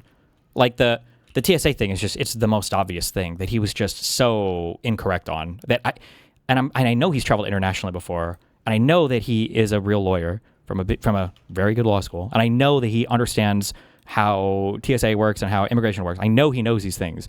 So there's no world where he can really be that fucking retarded that he was just buying the obvious bullshit from the Hassan TSA story. There's no explanation for it other than he was hard-headed, and there just can't be anything. I don't know. I can't make sense of it. Their sort of negativity and comments get to me. They would have power over me, and that's precisely what I don't want. And so I don't intend to like stop defending myself. There are some ways in which I want to do that, which I don't think are productive, and which in my opinion, it's also the narcissism of small differences. What I mean by that is if I was talking to a communist or whatever, I might be hostile to them, talk a lot of shit about them or whatever. But I tend not to take those conversations personal, because I know we are so far away politically that effectively I'm talking to somebody who just doesn't believe what I believe, so I don't take it personal. Whereas I think part of the reason why the invective is so harsh against you, but also maybe why I'm taking some of this so personally, is because of the shared political differences or the shared political project. That's why I think it's not feels substantive. a lot more personal. Yeah. It feels when somebody in an enemy political tribe calls me a piece of shit, a grifter, a liar, a manipulative, and wow, good argument. It's so weird listening to them recycling arguments that I've pioneered in this space, and now they're just, thank you. Yeah, this is a good explanation for why the bigotry of small differences does hurt so much. And I know this, and I know that I'm the one who originated this argument, because I was the fucking lefty dude that was constantly called a fucking Nazi and a fucking racist over and over and over and over again by everybody in this space. But thank you. Anti-Semite, whatever. That's water off of a duck's ass, because fuck them, they're not part of my tribe. But when somebody in my own tribe calls me grifter, liar, manipulator, Machiavellian, anti-Semite, whatever, which, by the way, they're not saying half of this shit to me, they're more saying it to you. But I think it feels more personal, both for the person making the accusation and the person receiving the accusation, because of the perceived shared political project. Yeah, I get that. I sometimes tell the story about college. When I was in college, I'm not lying when I said I was really against identity politics. Notwithstanding that, I was part of some affinity groups and stuff. I really didn't like this whole, you can't wear sombreros if you're white, go after this white guy with dreadlocks, this whole, like, we can't criticize Islam shit. This was very much in the zeitgeist back then. And I remember, like, speaking out about it and losing some friends and people who, I really liked and who were, I would say, like, close to me. And that experience always, like, stayed with me. And it did feel worse when it was people that, like, I was close to. And it was a learning moment, but it's also one where I think I discovered a little bit by myself. I've changed a lot over the time that I've been, like, speaking out publicly on politics and stuff. But I just know that I can't let these, like, I don't know, relationships or these friendships or these, feelings of wanting to please the crowd change my truth. And that's crucially what I try not to do. I don't try to pull back punches because I don't like. I want to just build relationships and that kind of stuff. I think you and I share that. I think that's part of the reason why, whenever somebody accuses you of, like, even in my own chat, there are some people who aren't a fan of yours, but they'll be like, oh, Pisco's bad faith, or he's doing this or doing that. And I'm like, no. I've been talking to this guy for 6 fucking years. Okay. He's actually saying that DGG is idpol brained. I don't think he's saying that. I hope not. I'm going to assume he was just giving this as an example for something that he fought against a lot in college. But I will say that for a lot of the Marxist types, remember, I've said this a lot, Marxists hate identity politics. They only want to talk about the class stuff. That's the only thing they want to talk about. So, like, when Cristobal, and I think I've heard Kyle Kalinske do it a few times, when they do this thing where it's like, oh, like, people try to use wokeness as a weapon and blah, blah, blah, they're just trying to get away from identity politics as much as possible. Cristobal's completely jumped the shark on that. I haven't listened to the rest of them mention that. Hassan obviously has completely, like, abandoned that platform. So I don't think that was him doing it. I think he was just referencing a thing in college. I'm being charitable. I don't know why, but okay. He can be pedantic. He can miss the forest for the trees. He can, linearize arguments in a way that's frustrating. But this is Pisco. This is what he thinks. This is what he believes. And so these charges of, I don't know, fakeness or duplicity or whatever, that they can charge you with many things. Fakeness and duplicity is not the thing that I think you should be charged with. And now we're all just quoting Hassan speeches. No, I'm just kidding. I wouldn't say that, but I think that's part of the reason why I'm so pissed. But What I would say is, if you just want to repeat that you're going to be an adult and you're unfazed and you're gonna take the high road and you're gonna be stoic and all that kind of shit, then I'm just going to tell you, like, we don't need to loop. I'll just go back to watching the Mantis conversation and basically getting pissed on my own behalf, or on, not necessarily on your behalf, on my own behalf. But my anger isn't necessarily like, oh, Pisco and Josiah, they're such nice guys and somebody's being mean to them. Obviously, that's like part of it, but that's not the biggest part. My part that I'm actually sincerely pissed about is the argumentation sucks, and it would not survive 30 seconds in a Twitch and YouTube political panel. If we came on and there were 8 of us and Prime was hosting it or Dylan was hosting it, and they're like, Pisco's an anti-Semite. And then they're like, well, what do you mean by that? And they're like, oh, well, he's friend. By the way, guess who destroyed those Twitch political panels? All the lefty big people that never wanted to participate in any of them because they had no desire to do it, by the way. But good one. With lefties who are anti-Zionist and who wake up every day and they're harsh critics of the state of Israel. Therefore, Pisco is the equivalent of an interpersonal bigot to Jews. Like, what? No, again, this is a form, this is like a definition of bigotry that we would just never roll with for anything else on the planet. Like, you have to be an interpersonal hate. Like, nobody would ever use this when talking about any form of bigotry. It's crazy, the weirdo standard that, they're trying to set for this. Everybody on the panel, including people who were ostensibly on their side that you were a bad actor, would shred that shit in 45 fucking seconds. And that's actually what I'm really pissed about, is the degradation of argumentation in this space. It fucking Where's my sucks. panels, man? I also agree that it's I see that trend as well, but I don't take it like personally that some people seem to not know that this is happening, or that some people don't seem to notice that, like, the argumentation is so bad. My face when this argument wouldn't survive for 2 microseconds as Josiah and Pisco rush to literally block every single person on Twitter that is making anything related to any of these arguments. Okay. Even Conduit. I just think that a lot of this is a reaction to a perceived betrayal. What? Yeah, I think that was part of one of the things that the subreddit kind of felt was weird was Josiah, who seemed to be like not really participating much in any of the Snark Wars, whatever the fuck. He blocked Conduit on Twitter for I don't know, whatever. Oh, and I couldn't disagree more with that characterization. I couldn't disagree more with some of the stuff that people are saying. But yeah, I just want to keep doing me. I think the best way to do that is just to pursue the topics that interest me, and to stand for my values, and to disassociate with incredibly toxic people, and to disengage with something I don't want to do. Like, I don't know why he keeps saying these, like, disengage. Like, he's acting like he's making some huge decision to leave, like, a community, and it's like, this is already what you do. Like, you don't engage with any of this. But I don't understand what he's saying. Like, what? You're not engaging already. What are you acting like? This is like such a dramatic thing for nothing. I don't understand. Okay, bro. Well, I'll say you take the high road. The reason why I wanted to call is because I'm sick of the high road on my end. I don't feel like the high road, the consequences that I feel. Bro, that's the high road? Holy shit. Do I need to hire security? Is he coming to fucking kill me in my apartment? What the fuck? What's not the high road? Jesus. From taking the low road have occurred anyways. And I understand that, like, a good person would say, oh, well, I didn't take the high road because I feared the consequences. I took it because it's the right thing to do. But what I would say is that what we're really talking about when we're talking about high road or low road, we're talking about engaging in conflicts of personality. We're talking about engaging in, I don't know, vociferous criticism of other people. We're talking about getting down into the mud of Twitch and YouTube politics. And the truth is, I've been doing that the entire time. So the only reason why I took the high road wasn't for me. It was because other people said, hey, if you take the low road, I think that's bad, and I think that's going to hurt me on a level to the point that I don't think I can be a part of your community anymore. I was doing it for those people, not for me. So let me assuage you. I'm not doing this out of fear, right? I'm not doing this out of fear. I'm doing this because I don't want to engage in personalities, and I don't want to have a debate, about my anti-Semitism, give ground and power to... Hey, what's up? Hi, can you hear me? Yep. By the way, I have sent you with the medal and with the, the gratitude letter and all sorts of stuff. I have sent you a thing that is part of Ukrainian culture that's called model, basically. It's the tradition of making them is like 5,000 years old. Wait. So Your I thing think got cut out. It's called a what? motanka. It's a doll done by knitting, like a Ukrainian traditional thing, and basically it's like 5,000 years old in terms of tradition of making it. But point is that I'm just listening to what Connor said, and I think I was so correct because the dolls are considered to be a protective charm from evil energy, jealousy, envy, and like, you know, people that wish you harm.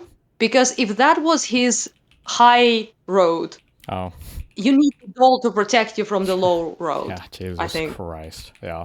So probably like put it somewhere when it arrives, put it somewhere like, I don't know, on a door or something. Like, because what the fuck? You need a protective charm, like a talisman, like a, you know, repellent. I don't know, something, Yeah. clearly. We will. Yeah. Hope for the best and see what happens. I guess. Yeah. That aside, though, you brought that up, I think, a couple times about the Jews and stuff that the people like allow. Why do they bring it to like individual hatred? It just boggles my mind. Aren't the Westerners supposed to be the whole? We understand like racism and bigotry like better than any other person, but then it comes to like Eastern Europeans or Jews, and then it's for some reason it's like I don't hate individual Jews. I think part of Or individual.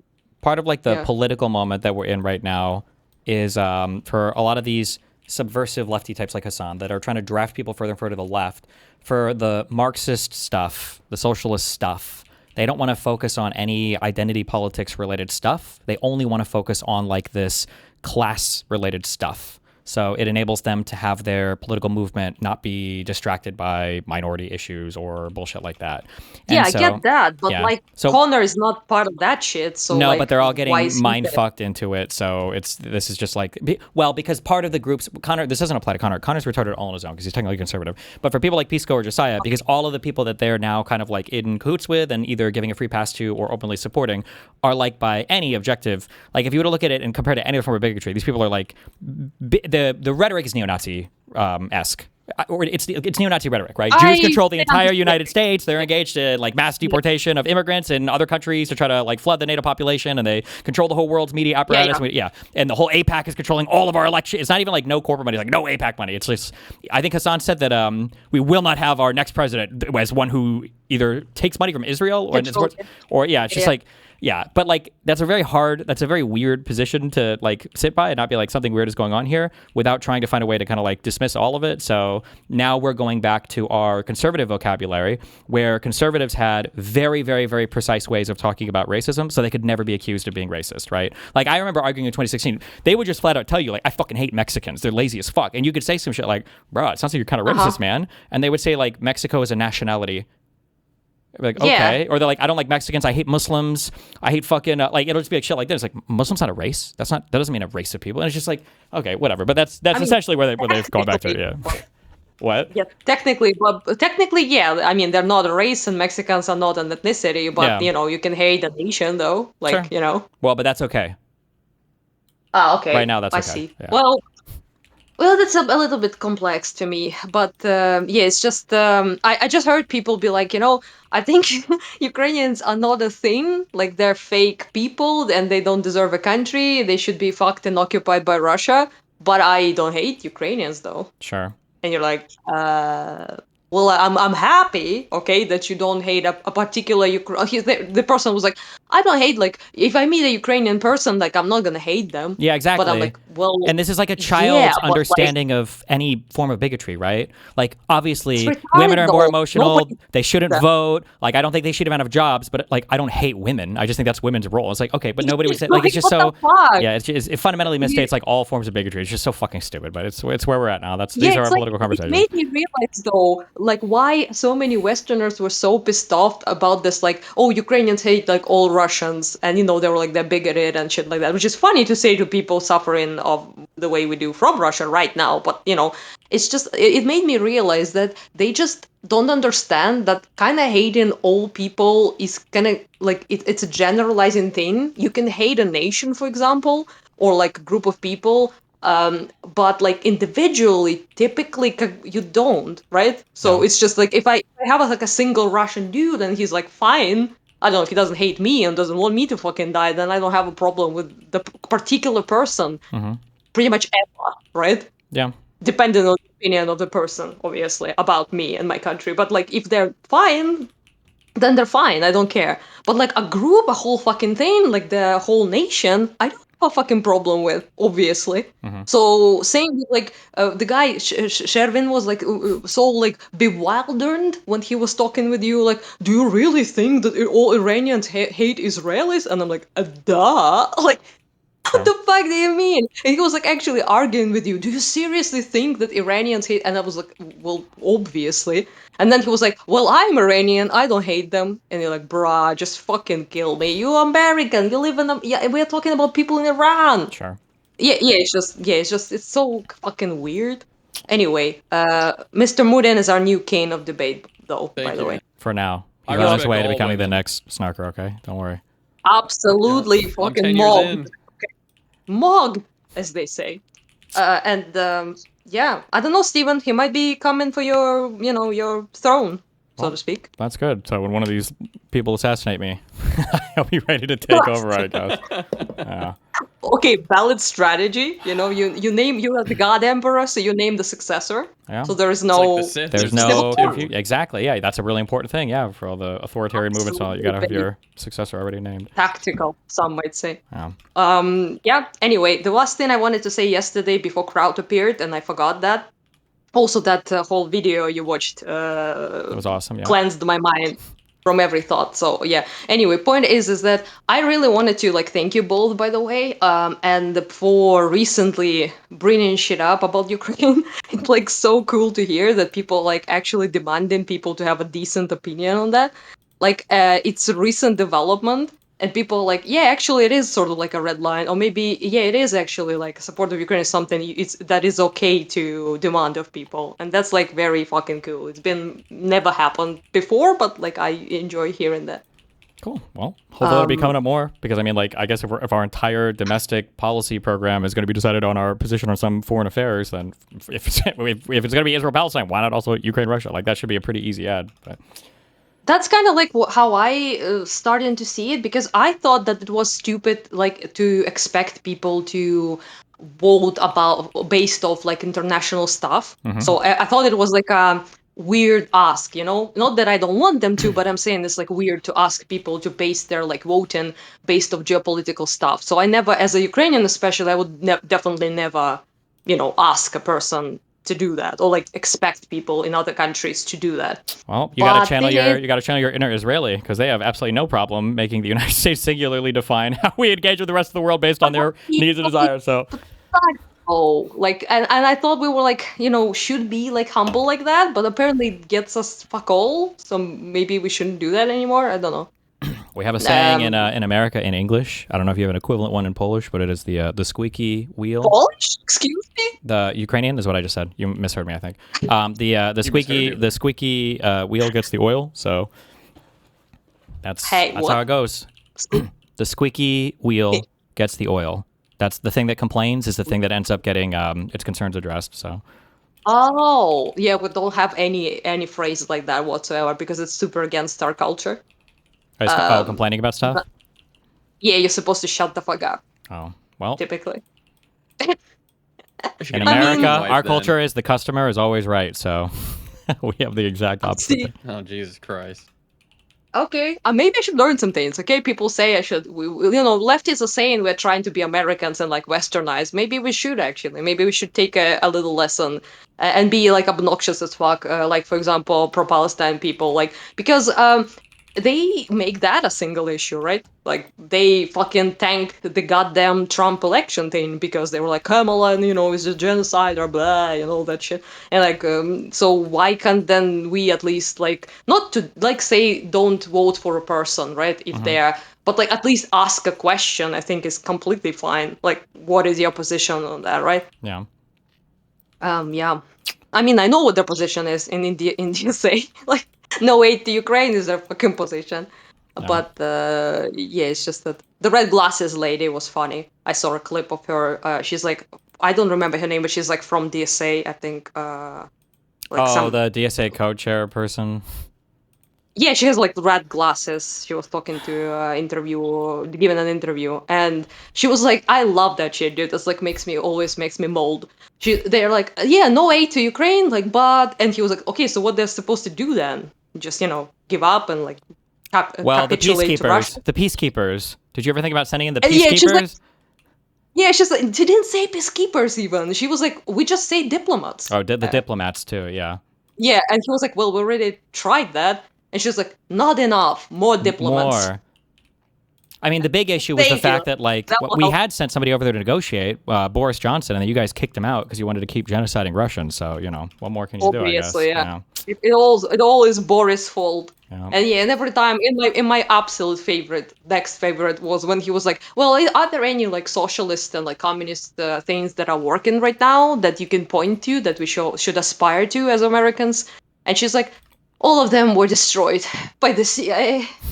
So I can. What are you gonna And do? you're like, sure, Queen. Yeah, it's just hilarious shit. But anyway, I hope you get the package and maybe it will repel the corners of the world or something. I don't know. Yeah, thank you very much. Hopefully it gets here soon. Yeah, you clearly need help, though, I will say. Yeah. Yeah. Bye-bye. Have fun, bye. Mutin is your new king, though, guys. We should I'm not Kane. Future. Okay, you are, how it's called, if not a king, you're a prince. That's Okay, it. I'll take You will that. be, Vice you will leader, be yeah. king. Yeah, you will be king if if corners of the world go extra unhinged. Yeah. Anyway, bye. Have fun, bye. Bye-bye. You better watch yourself, you little bitch. Sorry, sir. Somebody who is spreading this insane smear that would only just further please him. It's what he wants. So it's not fear. It's just well, this is the only, I think, or for me at least, given my interest in what I want, it's the only rational strategy. I think any person would just be like, this is insane. It's gotten too far. Things have gotten so out of hand.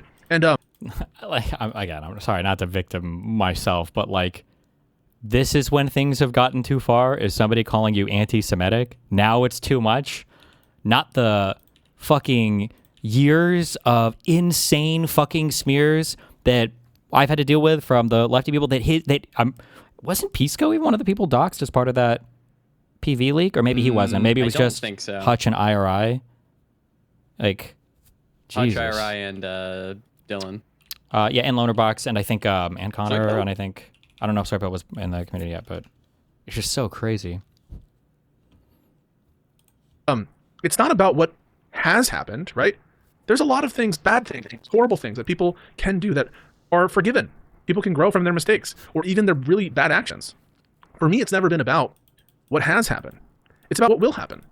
And I know what will happen if I do otherwise. Well, it'll just not be productive. I'm not going to convince everybody that I'm not a grifter or a bad piece of shit. I am happy and proud to have been part of the generation of Twitch and YouTube creators who started in 2019 and haven't stopped. We obviously have a lot of fallen soldiers along the way. So the fact that you, Josiah, have found your niches and all that kind of stuff, I'm really happy and proud of, for you guys. But what I would say is my brain is still stuck in the 2019 to 2022 panel scene. It's what I became addicted to. It's what I loved. It's what I loved about the space. Unfortunately, I think I kind of went into my own little, it wasn't conscious, but just because panels aren't held at 9:30 a.m. to 2:30 p.m. EST. So that's not why I stopped showing up to the panel scene. It just wasn't a good schedule for me. But I'm looping myself. So let me know where you want to cut off. But what I'm sick of is I'm sick of the weight being thrown unilaterally. Yeah, true. Apparently the chorus conspiracies calling David Pacman a Pac-Man or Hutch's doxing weren't too far. Yeah, none of the people on the left can ever go too far for these people. I guess this is just emblematic of my entire complaint, right? Which is also a good reason why it's probably better to kind of tighten the ranks and then kind of move some of these people a little bit further out so that there's no confusion about what's acceptable to certain groups of people and whatnot. It's probably good to have this stuff, I guess, clarified ahead of time. Laterally, and I'm sick of the people who are the most ardent critics not being able to throw weight back. And I'll be specific. So I think you have the capacity to throw weight back. I think Josiah has the capacity to throw weight back. It just doesn't benefit you, so why give into it? But there are drama mongers like snarkers like J-Stock and Queeman who they have vociferously criticized Steven for the past 2 years. Oh boy. Well, J-Stock specifically had an opportunity. He was invited. Hey, come criticize me to my face with the worst shit that I've done. And he said no. And so I think as a result of that, that allowed a lot of Steven supporters to dismiss any criticism that anyone has ever had of Steven as, oh, no one has the balls to say it to his face. And so what I'm going to do is I'm going to do whatever the fuck I want to. Like,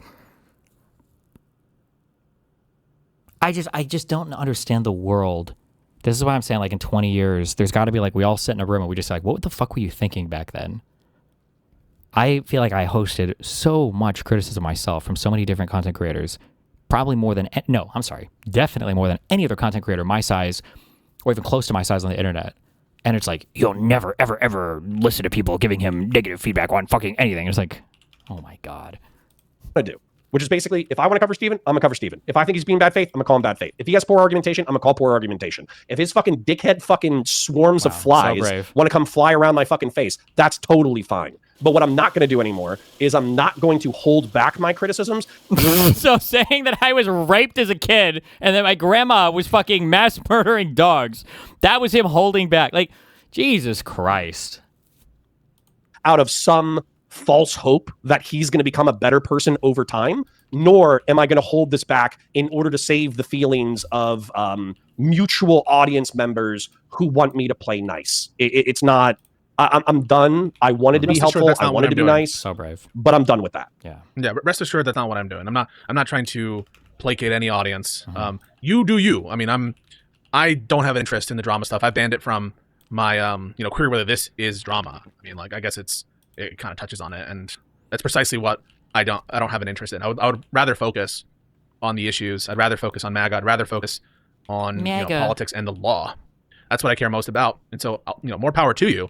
I'm not going to, withhold my opinion on defending myself or on some of these issues, but I need to balance that with like what I'm interested in and what I think will have the best effect on me, my life, and the movement that I want to generate to free our country.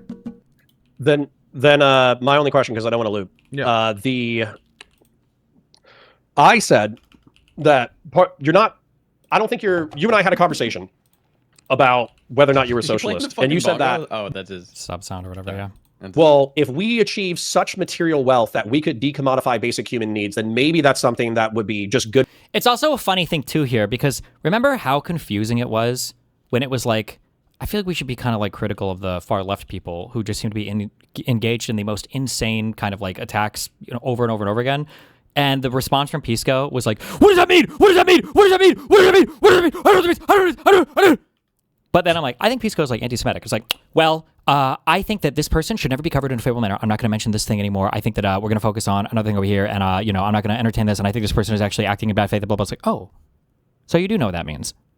Okay. So you have an understanding of what it means to view somebody adversarially in the space, even if they're ostensibly on the same side as you politically. That's like, oh, okay, gotcha. Good for humanity in general. But you weren't interested in the workers owning the means of production or the prohibition of private ownership of companies. And I think a private property right is a right I care about. I believe in rights, and I think that I think the private ownership, again with caveats. I mean, there's a lot of play on the joints for free speech or right to own property or right to due process. Right, like I'm not saying that I know exactly what the metes and bounds are of the right to property that I care about, but I care about some notion of property ownership as a right. So based that's why, on that by the way, answer, pause. I also heard a kind of like, well, these guys are the best ops possible, and I'm like, well, would a communist op say that? Like, I think that there's a contradiction between some of these economic theories and like. No, there is, and that's part of. Would a controlled opposition ever have some light points of disagreement? Like, yes or no? Shut kill, fuck you. My frustration too. I thought he was saying it was a right wing op, so I'm happy that he corrected that it was a left wing op. Yeah. But when have I ever accused any of these people of being a right wing? What? Okay. The point that I'm saying is, so assuming that you and I have been internet friends for the past 6 years, assuming that you're telling the truth, assuming that I've never known you to hold back the truth out of some fear or cowardice or whatever. Yeah, if I wanted to argue in favor of socialism, why wouldn't I? Wouldn't that be like the most fun debates to do the socialism debates and be like, I'm pretty sure I would gain like such a humongous audience from these lefties if I was like their warrior, their ironclad warrior. Yeah. So, right. So, assuming that you're just telling me the truth, then at that point, I don't think you're a fucking socialist. We disagree on a tactic.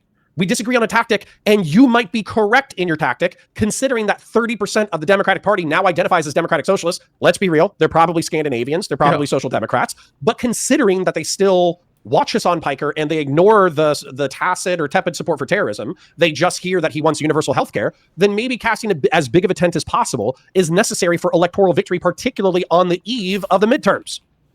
What does that mean? Electoral victory on the eve of the midterms? Like, we're in the primaries. We're not at the general yet. We this is supposed to be like they're crafting rules for why we can't advocate for our side in the primary. Like, this is literally what the primaries are for. Like, how could you possibly infight in the primary? What do you think a primary is? I just don't understand how this is said over and over again, and none of these guys stop and think like, well, hold on, wait a second. Actually, are we being fucking retarded right now? Like, I don't think that's a crazy position. It sucks. I hate leftists, but I don't think it's the most insane fucking electoral analysis I've ever heard in my entire life, and I don't think it means that you hate Jews. Analysis. Yeah, man. Like, I just think that my position. Anybody else analyzing? Is the majority Democratic position. This position of like, hey, let's all hold hands, kumbaya, and attack the threat. I just feel like that is now. I caveat that with like, of course, I'm not going to hold back criticism of things I think deserve criticism from lefties or liberals, right? I didn't hold back against Biden when I thought he was doing something impeachable. I didn't hold it back against Biden when I criticized him closing the border illegally, in my view. So I'm just going to. Like, I care about saying what I feel, what I think, and good one. Like running utility calculator king shit. Every time I'm processing an opinion.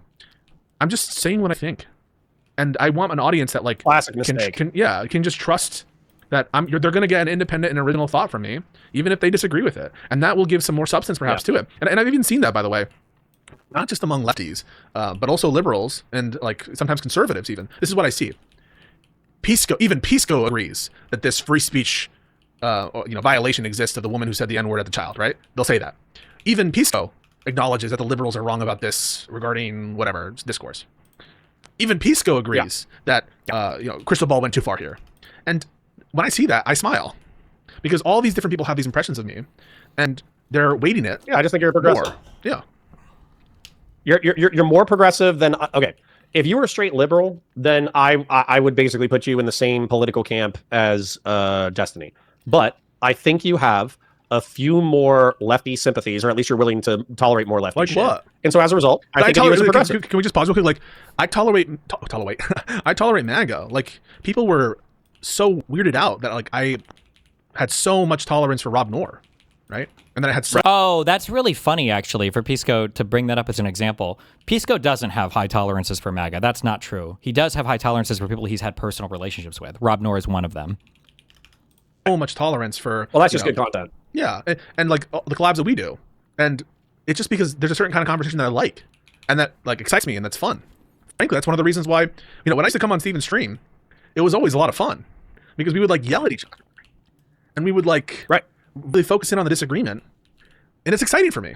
And so it's not a selection because of like in-group, out-group. I select for the conversations that are fun for me and that I enjoy having. Yeah. And so, I tolerate leftism. I need to address a couple of things in chat that you might, that you might want to address as well. So, Fashion 40 says, Connor, how'd that work out for the Republican Party? MAGA HL alive. By the way, Fashion 40, I hope you can hear me when I say this. I agree with Steven and Mooten and Wick, even though we've had personal beef, that I, myself, would never vote for a leftist. I will never be able to check a box for a democratic socialist. And so if they're trying to strangle this movement in the crib, I agree with them. However, separate from that, prescriptive versus descriptive. We like this. I have the prescription that you shouldn't vote for leftists.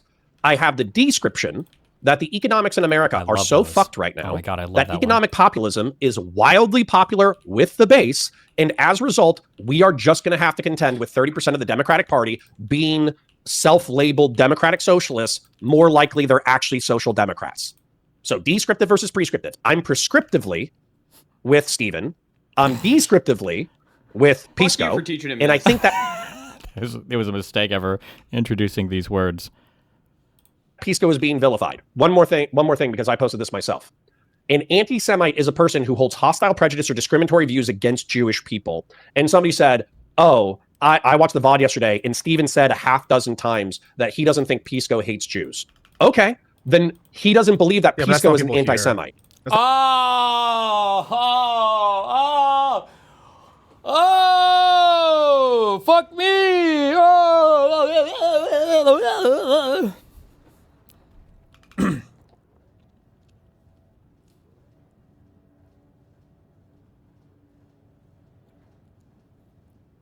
Keck. That's not what people And hear. and if and let's be honest. no, that's not only is that not what they hear, but if I had to assign some level of Wait, that's not what people hear? Does he assume that my audience you know what? And I'll even grant him this because I am intellectually honest. I'm sure there is probably too high of a percentage of people. Am I being too charitable? That hear me say when I say that Pisco is anti-Semitic, that I'm actually just saying that Pisco like fucking interpersonally hates Jews. Now I don't know if I'm being too charitable because I feel like I've clarified a billion times. Like, what do I mean when I'm saying anti-Semitism? And then all of my explanations are about this or any form of bigotry is that you don't have to have an interpersonal hatred for somebody to be bigoted towards them. Men didn't have to have an interpersonal hatred towards women to be misogynistic or patriarchal, or an interpersonal hatred towards Muslims to be Islamophobic, or an interpersonal like. Is Pisco implying that there's like a dog whistle going on here? The thing is, I don't dog whistle to my audience because I'm not a fucking spineless cuck pussy who's too afraid to even say somebody's name or to clarify a position, whereas these guys are so fucking petrified of ever touching anything to the left of them. They won't fucking say anything about it. So I feel like my position is pretty clear on this. Mouse to Steven, I think he's using anti-Semite as an invective in order to get people to fucking hate Pisco, but then he backs up to a systemic or functional definition so he can have that argumentation. But that argumentation is This is and maybe this is politics, and this is why I should just go to school or write on Substack. I don't know. It's like, it is so boring that every single argument is like, I think he's lying about his motivations for everything in his arguments. I think all of those are lies, so I'm not going to address any of them, and I'm just going to psychoanalyze. I actually am just going to do my psychoanalysis here, and I'm pretty sure this explains everything, and I'm just going to psychoanalyze everything, and that's actually the way to understand what's going on is the psychoanalysis. And it's like, oh my God, bro. It's so boring. Dog shit. It sucks. It's bad argumentation. And it's easily reversible. Not to get into that, but you know, not that. Oh, I think it's that's one of the things that actually pissed off my chat yesterday was somebody easily reversed it into his relationship with Fuentes and Myron Gaines. Yeah, but let's. Except that's not true because everybody knows where I stand with those people. Like, it's so funny. Oh my God. Oh, fuck. Mooten, you missed the most insane moment of all time. Not really. In the last 2 years. And it was when it was the first time Pisco had a debate with me in a long fucking time. And it's so funny because this exact argument came up where Pisco was like, well, what about the way that you would engage with Myron and Fuentes? I don't know if he brought up Fuentes, but I know he said Myron. And I think he either asked a question or I asked a question. I was like, when people watch me, do you think that people think that I agree with Myron on anything, like culturally or socially, or Fuentes with anything culturally or socially? What about when they look at you and then think of Hassan? And he asked it, he fucked up because he realized that like the answer is obviously true, that it would have gone way harder the other way. Somebody link me the fucking moment because I don't remember the exact quote, but it's funny because this exact moment came up in that debate and he knew he fucked up. He knew how fucking wrong he was on this. Nice in his tone with Myron Gaines. He is. You're a fucking valley girl. This is like the 2017 centrists all over again. It's the same thing. The classical liberals. Okay. You did disagree with them, but your tone. It sounded like you were nice in your tone. Yeah, it sounds like you're. It sounds like you're the fucking youthful cock sleeve for socialists. That's what it sounds like. Like Steven isn't fucking nice in his tone with Myron Gaines. He is. He absolutely is. Yeah, and he still has contention, and he still clarifies the ideology. Yeah, we had contention. I still have a point from 40 fucking minutes ago that I wanted to. And it's funny that Connor knew the exact argument here, and now he's saying that none of that argument applies anymore. What the fuck? Connor's giving the exact fucking argument right here, and now he just repeated the dumb version of it to fucking Pisco. How do these people's brains get so fucking fried? I don't understand. I've had my hand up for 40 fucking minutes. Counter you. Can I? Yeah, thank you. Okay, anyways. My turn. Thank you. Thank you for coming to the Pisco Destiny Show. All right, so earlier. Wait, fuck, this wasn't the right timestamp. Thank you, Illuminator, for 5 subs. With you. Do you agree? Do you agree that you had a nice tone with Myron Gaines? Nobody will come Yes out of that. or no? It is a Do you agree that combative you had a tone. nice tone with Nobody will come out of that Okay, conversation. so- Tone is more than just your like actual timbre of playing voice. footsies, were you? Hold on. How many Yeah, people you're would come out of that conversation thinking, "Wow, Destiny and Myron seem to agree on quite a bit"? And how many people would come out of my conversation and think, well Careful! You got yourself because you knew how much you knew how foolish you were. Oh my God! Exposed in 8K, 120 FPS, fucking 120. Like he knows this is true. He knows this is true. He knows it's true. 20 frame rate, 240 refresh rate on monitor, broadcasting live, all the fucking world exposed. I'll play a little more because he doesn't give a good answer. I'm just showing not like cutting I'm not backing off at any position. So I'm saying if you watch the actual stream and listen to the words being said, then no one would come away from that thinking that we didn't combat them. If they watch the Destiny stream, where you're smearing us, or you're smearing us as socialists. Wait, question. Okay, wait, question. If you look at the chats. So if you watch the Destiny stream where he's It's just like, it's so... I can't believe that Connor gives the exact And opposite. it's easily reversible. Not to get into that, but not that. Oh, I think it's that's one of the things that actually yeah. pissed off my chat yesterday was somebody easily reversed it into his don't need to get relationship into it, with Fuentes and Myron Gaines. Yeah, but that's this is the So, kind of thing, right? Like functional anti-Semite. this is and it's funny too, actually, because you guys gave me the wrong timestamp, but the wrong timestamp shows Connor clearly demonstrating the difference between Destiny makes his position known, but Pisco is a coxley for, he said, that was his words, not mine, is a coxley for socialists. So Connor knew 100% like the difference. sort of the meta point I'm making is like when you raise that, it's just like, oh, but like what about this and this, and then it just opens the can of worms. It's like I would rather just be like, okay, what's your definition of anti-Semite? Let's build off of that. Let's talk like, so okay, this, and not get into that shit because it just opens this like world of drama. I mean, like I just want to disassociate with. It's such just people. drama. It's not, by the way, It's drama. premised on ideology, right? Like who I choose to spend time with or interact with isn't a fully ideological thing. There are other factors, such as whether people lie about me, other factors about you know whether people. Who would disagree with that? Who are you even arguing with right now? Yeah. I can trust them. These are all things that like bear on what I'm willing to do vis-a-vis interactions. And so you shouldn't expect for it just be like whoever's a better person. And I gotta tell you, Josiah is like a really good guy, in my opinion. Yeah. And I just think that he has been focused. He's so fucking hardworking for one end and one end only, and that is for the betterment of his country. I guess also, to grow his channel, do this for a living. 100%. This is one of the things that bothers me the most. I agree. I feel like most of these people interpersonally are good people, but I guess they just don't have the. This sounds so fucking. This is a narcissistic statement, but like they don't have the moral character to do the right thing when there's like a community or a crowd standing against them. That's the frustrating part, and it's not enough. I mean, I would argue, I guess, if you want to do like political related stuff, it's not enough to just be a nice person interpersonally. Like sometimes you might have to take, I guess, an uncomfortable stand because you see the winds are blowing in a direction that you don't want them to blow in, or you see the tides are changing in a way that you don't want them to change. And it's insane to me that I don't know. I never even made a big ask of any of these people. I don't think I even got to the point of making an ask of any of these people because they're like, what do you have to do? What do you have to do? And I'm pretty sure I said like a trillion times. I think Mr. Putin and I think Conduit also the same thing. It's like, just like cover them like you would cover Bill Maher when he says something crazy, you know? True. 100%. And if anyone denies that, they're lying. But he definitely works to help other people achieve that end. And he's someone that I think doesn't deserve the kind of invective that's being used against him. I think it's shocking. I think it's like truly shocking. Okay, and I think that's part of the reason why I'm so pissed, because I think that if I am doing a Machiavellian calculus, I'd be like, Steven got fucking bored.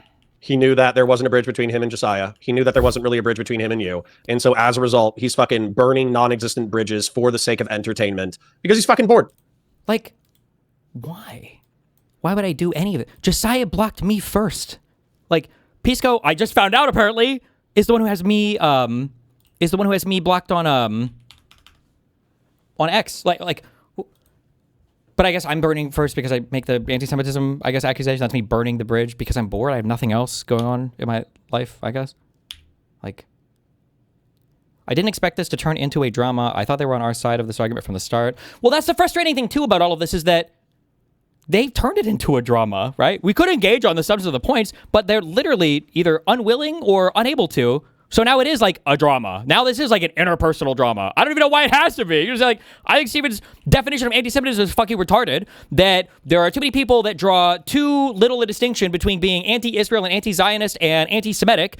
And these are my bona fides on this issue. And that's why I think that what he says is it's a fucking retarded claim to make about me. And I think that his statement is too broad and leaves basically everybody open forms of bigotry. Or instead of saying anti-Semitic, he should have said like structural and blah, blah, blah. Like there's a million ways he theoretically could have, fought against whatever point I made if he felt like it was incorrect. But it's not. It's, I think that interpersonally, he's narcissistically vying for my attention, and I don't want that kind of drama. And it's like, okay, Hassan, it's cringe. He got fucking bored. He knew that there wasn't a bridge between him and Josiah. He knew that there wasn't really a bridge between him and you. And so as a result, he's fucking burning non-existent bridges for the sake of entertainment because he's fucking bored. He's fucking bored. He wants somebody to fight. And if any of them try to reach out for a convo, even on a mutual platform, no, none of these people will ever convo me or talk about me. I'm sorry, or talk to me. They will talk about me. And they'll talk to people around me. The closest form of communication would be when Josiah would just come into my chat to get me to watch his videos. I'm such a sucker, dude. Fuck me. I don't know, man. And so negative attention is better. So guess what? He got my fucking attention. He said some wild shit. He improperly used the definitions of words. He maligned good people. He got my attention. So good for him. He created the fucking content. Well, there you go. That's thanks, Steven. Yes, true. Connor, famous Destiny ignorer. World renowned for his ignoring Destiny. For that. But you see how you're feeding into it a bit, right? Yeah. Yeah, I don't care though. This is Twitch and YouTube politics. What we're arguing about at the end of the day is we are, in my opinion, we are synthesizing education and entertainment and political commentary into a single product that people are consuming on it. Do you think that there is some sort of benefit for them to stab you in the back like this, or is it literally just hurt ego? My top line overriding explanation for this type of community stuff is the that I describe our like our community as I think it's a high entropy before. I should say low entropy. This is like it's a high friction. I think if I say low entropy, I don't know if that makes sense to most people. There's a lot that it takes to stay in the lib-left movement right now because you're being assailed from all sides. And if you want to say fuck it and you want to drop out into these other types of communities, these other types of communities are much easier to be a part of and they will welcome you with open arms. So to like remain like a center-left lib right now, like you have to be of the mindset that like maybe just taxing the billionaires is not the solution to everything. Maybe pulling all of our funding and cutting completely our relationship with Israel is not like the right approach to politics. That maybe abolishing every single department that we don't like the Department of Defense and ICE and everything, maybe just abolishing everything isn't actually the way to go. Maybe the FC Files doesn't show that every single high-level politician is like a serial rapist, child molester. Maybe like it's just like a lot of things that are, there's just like, it's a lot of, I don't want to say nuance because it sounds like self-sucking, but there's just like a lot of like complicated positions you have to hold. But if you say fuck it and you're like, fuck this shit, dude, and then you want to drop out into another one of these spaces, like the lefty slopulous spaces, oh my God, everything in the world makes sense now. Every billionaire is evil. All of them are controlling everything, and Israel. My homes are expensive because of BlackRock, big corporations. My healthcare is expensive because of big pharma. That's why the UNH guy had to get Luigi'd, I guess. I can see that MAGA and all these people are existential evil threats. All politicians are the exact same. That's why we need like Bernie Sanders and the DSA because they're much better and pure people. And like everything is just so simple and easy. A billionaire tax will fix our problems. All of the affordability issues will go away if Israel just stops buying our homes. Like everything just becomes so simple. They're like much easier places to be in. So the second somebody like, if you slip out, and it takes a lot to like keep somebody in, like I feel like this moderate left, probably the Never Trumpers probably have similar issues, but I don't engage with a lot of them. It's just like a lot of like stuff to stay in that lib left position. But as soon as you fall into the other side, like all of the myths, all of the grand narratives, all the stories, including interpersonal ones or personal ones, I guess you could just say, like stories about the evil, lib left people. It's just so easy. Yeah. On a daily basis, but ultimately we do so in the service of political ideologies. So you do it in the name of some hybrid of progressivism and liberalism. Stephen does it in a more, I think, center-left. Everything I just said about the like the slopulist far lefty shit applies tenfold to the MAGA shit too. That it's so easy. Once you realize it's the deep state is responsible for all of your fucking problems, and it's all evil Dems and Marxists and colleges and everything else and women and everything, and yeah. Left liberalism. I do it in a center-right, in the name of a center-right neoconservative tribalism, which is not popular, by the way, but I still believe in it anyways. And so that's what we're doing.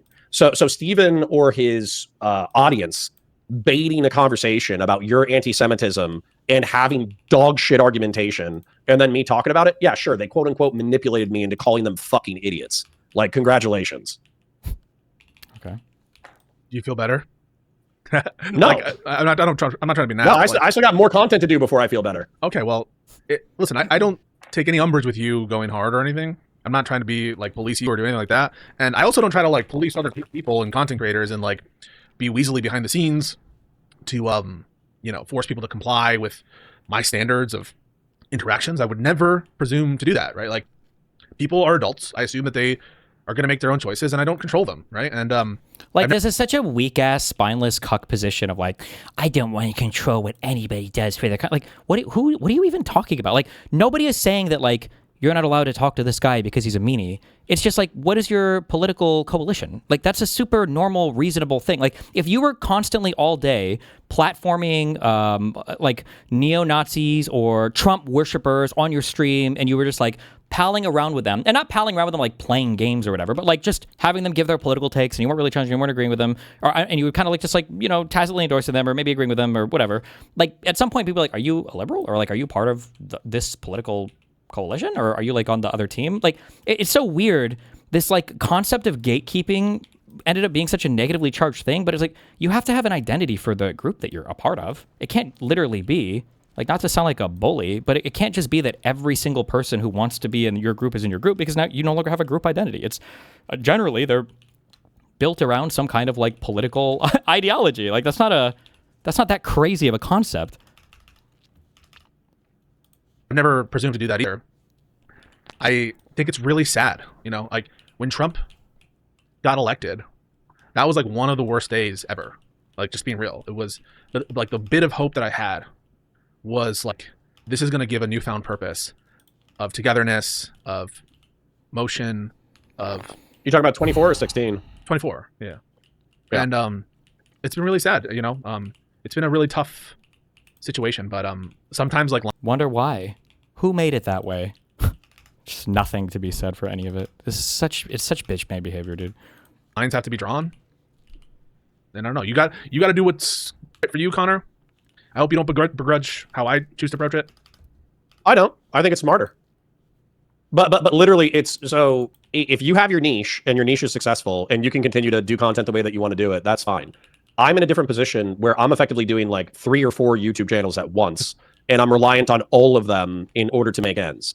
So when it comes to my I really should have focused on one channel, but it is what it is. So in reference to politics, though, I feel like I have cornered myself as the liberal center-right heel, I guess. So like, if liberals want to debate a rightoid who isn't totally fucking schizophrenic, then I'm the guy to call, right? But by pigeonholing myself in that space, I've limited my growth. Now, that being said, it's not all a growth calculation. It's also a what is right calculation. And so, wow, so deep. I feel like over the past 2 months, I was hoping that my more honorable behavior would retain some people that I cared about within my community. I have not retained those people regardless. As a result, I'm just, fuck it. I'm just going to throw elbows the way I feel like. And to be honest, I never changed from 2019 to 2022. I still miss the panel scene. I wish the hippy dippy was still a thing.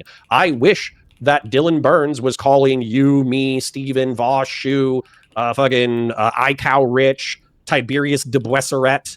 I'm trying to think of some other fallen Hans of Harkir, Demon Mama. Dominates. I still wish we were screaming at each other on a weekly basis. Unfortunately, those days are gone. All of those days are gone, by the way, because of the lefties, because all of them refused to participate in any of that scene, by the way. The reason why it died is because I got banned from Twitch, and there was not a single other large content creator that was willing to do what I did, by the way. But, don't ever mention any of that. So, but I haven't changed the mentality of, you fucking throw elbows, I'm gonna throw elbows back. I'm not judging you.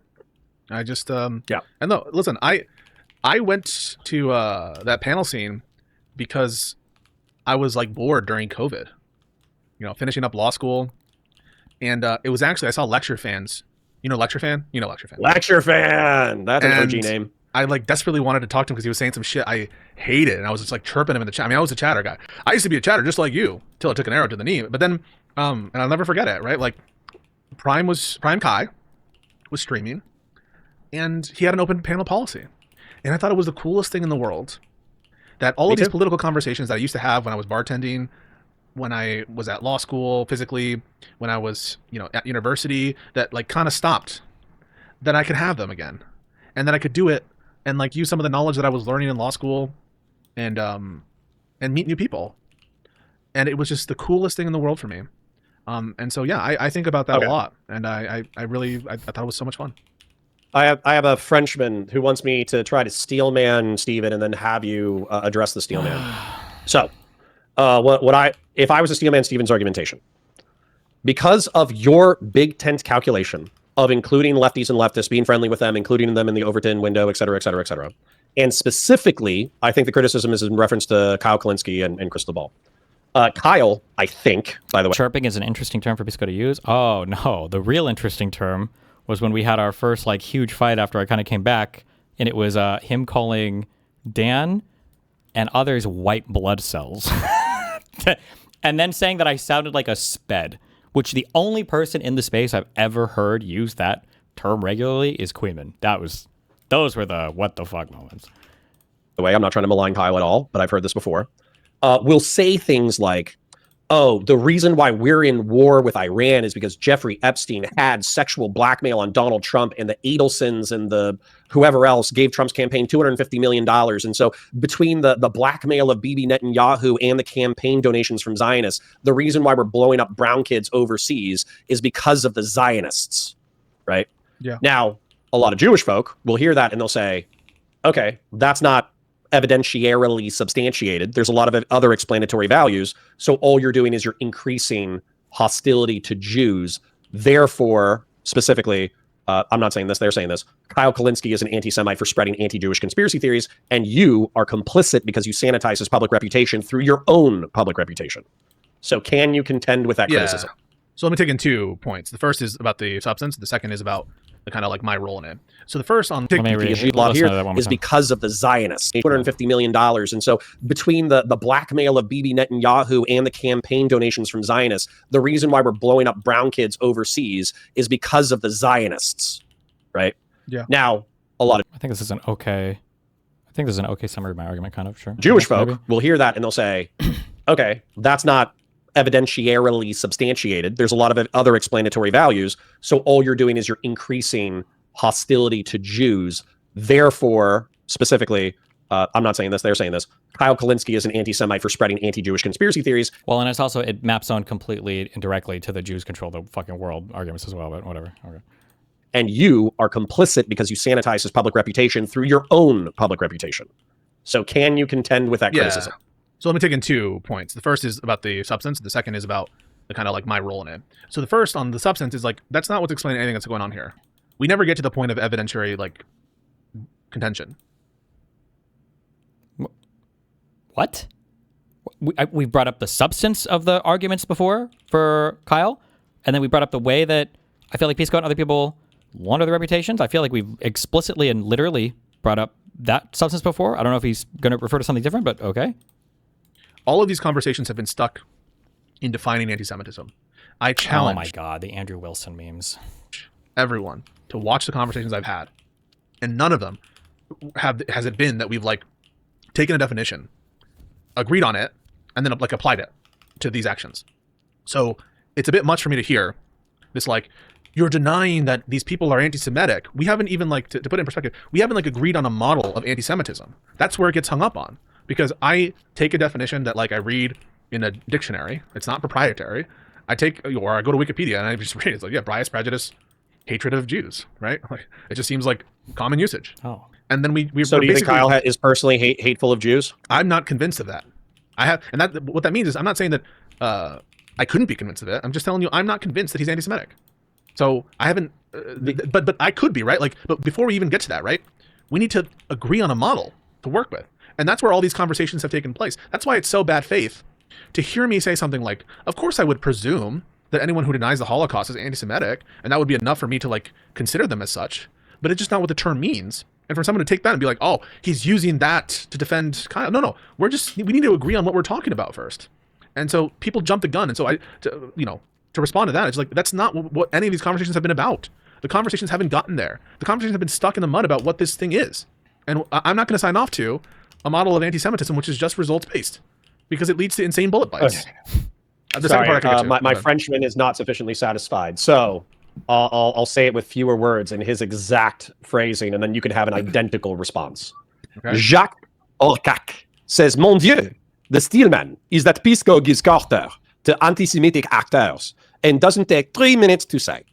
So how do you respond to the French charge that you give quarter to anti-Semitic actors, which, by the way, I don't think is explanatory enough, but whatever. Yeah, so like I was getting there. That second part is like you give cover, right? Like I would want to first deal with the claim that they are anti-Semitic first.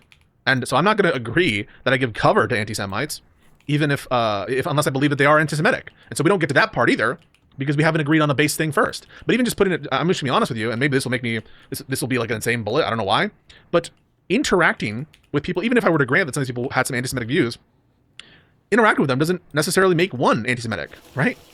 And so the charges just need to be based on, or the I don't understand sometimes why people, I don't know if it's a self-soothe, like why people will just like say a thing that's like so obviously true that obviously I would, obviously I would agree with it. One of the things I've enjoyed doing in debates more, and I've done this more recently, is I'll just ask somebody like, what do you think I would say to that? And they always know the answer, right? Does simply interacting with somebody who's anti-Semitic make you anti-Semitic? Like, what do you really think I would say yes to that? Like, it's such a stupid, what do you really... The accusations, some notion of anti-Semitism that we agree to. And before I can engage on whether I'm providing cover for someone, or whether providing cover for someone necessarily means you're anti-Semitic, we need to scope out what these things fucking mean. And that's what I'm trying to do, is bring clarity on that conversation. You and I can jump ahead, though. Okay. You and I can, we can jump ahead past this argumentation. And Jacques Orcac says, excellent accent, très bien. Merci, mon vieux. Anyways, I do speak French, by the way, Jacques Orcac. Yeah, and just can I just pause real quick? We were just watching Jon Stewart talk with Crystal Ball and Sagar. And Jon Stewart started by saying, you guys are the most good faith. You guys are best faith, he said. He said, how do you Did he deal really? with bad faith actors? Total softball in that regard, and basically giving legitimacy over to Crystal and Sagar. Would you ever think that this would be applied to them consistently? That these people would say, like, bite the bullets? That yes, not that Jon Stewart is giving cover to anti-Semites, but that he himself is anti-Semitic? Or Bernie is when he defends Hassan? AOC is when he defends Hassan? Yes? Does he think I wouldn't? Like, what? Who does he think he... this is also another weird thing that happens with people where they pretend like they don't know who I am anymore, or they have no idea like what my history of anything is. And they're like, do you really think Destiny would be willing to criticize like Bernie Sanders, or would be willing to criticize Jon Stewart? And it's like, what do you think? Really? That's really what you're asking? Like this is where I feel like the conversation, instead of linearizing, I feel like the conversation is best served by me jumping ahead and you correcting anything that you think I'm wrong on. Oh my God. Okay. So the argument, as I understand it, is that 80 to 85% of Jewish people, both in the diaspora and within Israel itself, half of the Jewish population lives in the United States, half the population lives in fucking Israel. And then there's like a few million spread out across the globe, but it's very small numbers. So within the diaspora, but also within the Israeli population, 85% of the population agrees that there should be a Jewish dominant state in the Eastern Mediterranean. Okay. I think that is more properly defined as Zionism than as Judaism. But because 85% of Jews identify with the sentiment, if you say the Jewish state in the Eastern Mediterranean shouldn't exist, and anybody who supports that notion is akin to a Nazi, then you're effectively saying that 85% of Jews should be dispossessed from political life and or hunted down and killed. And that functionally is anti-Semitic, or systemically, functionally, whatever you want to fucking call it. What does that mean? Vociferous criticism of Zionists apply. Let's say that I gave the opinion, I don't think that there should be a single Islamic state on the planet. Every single Islamic theocratic state, all of those Islamic states should either be forced to be moved to secular authoritarians or democratic states. None of them. How many people would call me Islamophobic? Like, it would just instantaneously say, you're Islamophobic, you're Islamophobic, you're Islamophobic, like instantly. And that's literally baked into the religion itself. The idea that there's going to be like a state for Muslims or whatever, that the apparatus of the state and the religion work hand in hand. Applies to 85% of Jews. Therefore, you're an anti-Semite, according to the people who follow that argumentation. It just depends on what you mean by anti-Semite. If what you mean by anti-Semite is you're doing a thing that's harmful to Jews. They mean that they are interpersonally bigoted towards Jews, but then the function... Nobody means this. Jews don't mean it. Hitler didn't mean it. Nobody has ever meant anti-Semitism is when you're interpersonally mean towards Jewish people. Nobody has ever meant this. Nobody's ever said this before. Nobody even means it when it comes to racism or misogyny. Racism is when you're interpersonally mean towards a group of people. It's just like and systemic shit gets added onto that. That's why I think delineating the term anti-Zionist and anti-Jew is actually useful. No, I'm trying to do that, right? Like when you say the functional of it, functional towards what goal? Functional towards harming Jews? Yeah. Yeah. So like something that. But then we get into the conduit argument, and I think the conversation is best served by delineating anti-Zionism and anti-Semitism. No, it's impossible to avoid, because in order to know whether the statement is true, one needs to know what we're talking about. And if what we're talking about is something that negatively affects a community, so in other words, it furthers the end of negatively affecting a particular community without inherent discrimination or bias, then I'm sorry, that's just going to force you to bite insane bullets that aren't reasonable in light of how people use the words. It might force you to bite the bullet that Netanyahu is himself anti-Semitic. It might force you to bite the bullet that this criticizing is why I don't follow Obama that is argumentation. racist. This is part of the reason why I don't believe that. I like how Pisco says it might make you bite insane bullets, when I'm pretty sure I've heard this argument from almost every single lefty, that actually it's the state of Israel that is anti-Semitic, because the way that the state of Israel conducts itself is actually the thing that's causing an increase of anti-Semitism around the world. That if anti-Semitism was the thing you cared about, Israel would be the first thing you would get rid of, because Israel is the reason why people are anti-Semitic. I've heard this argument given verbatim by, I know at least Wash. I'm pretty sure I've heard Hassan say this. I'm sure that Kyle and Crystal probably said it. I'm sure they said it on the majority report. Probably every single lefty on the planet probably has given the positive version of this argument. And people's like, that would be an insane bullet to bite. It's like, okay. Anti-Semitic. It might force you to bite the bullet that this criticizing is why I don't follow Obama that argumentation. Racist. This is part of the reason why I don't believe that you're an anti-Semite and that. Do you think that there were people that criticized Obama that were racist and did it because of racism? And do you think that all people that did it because of racism were just interpersonally mean towards blacks? Like, I'm not saying that you can't criticize Israel. This is also like the brain dead, like, oh, so we can't, like.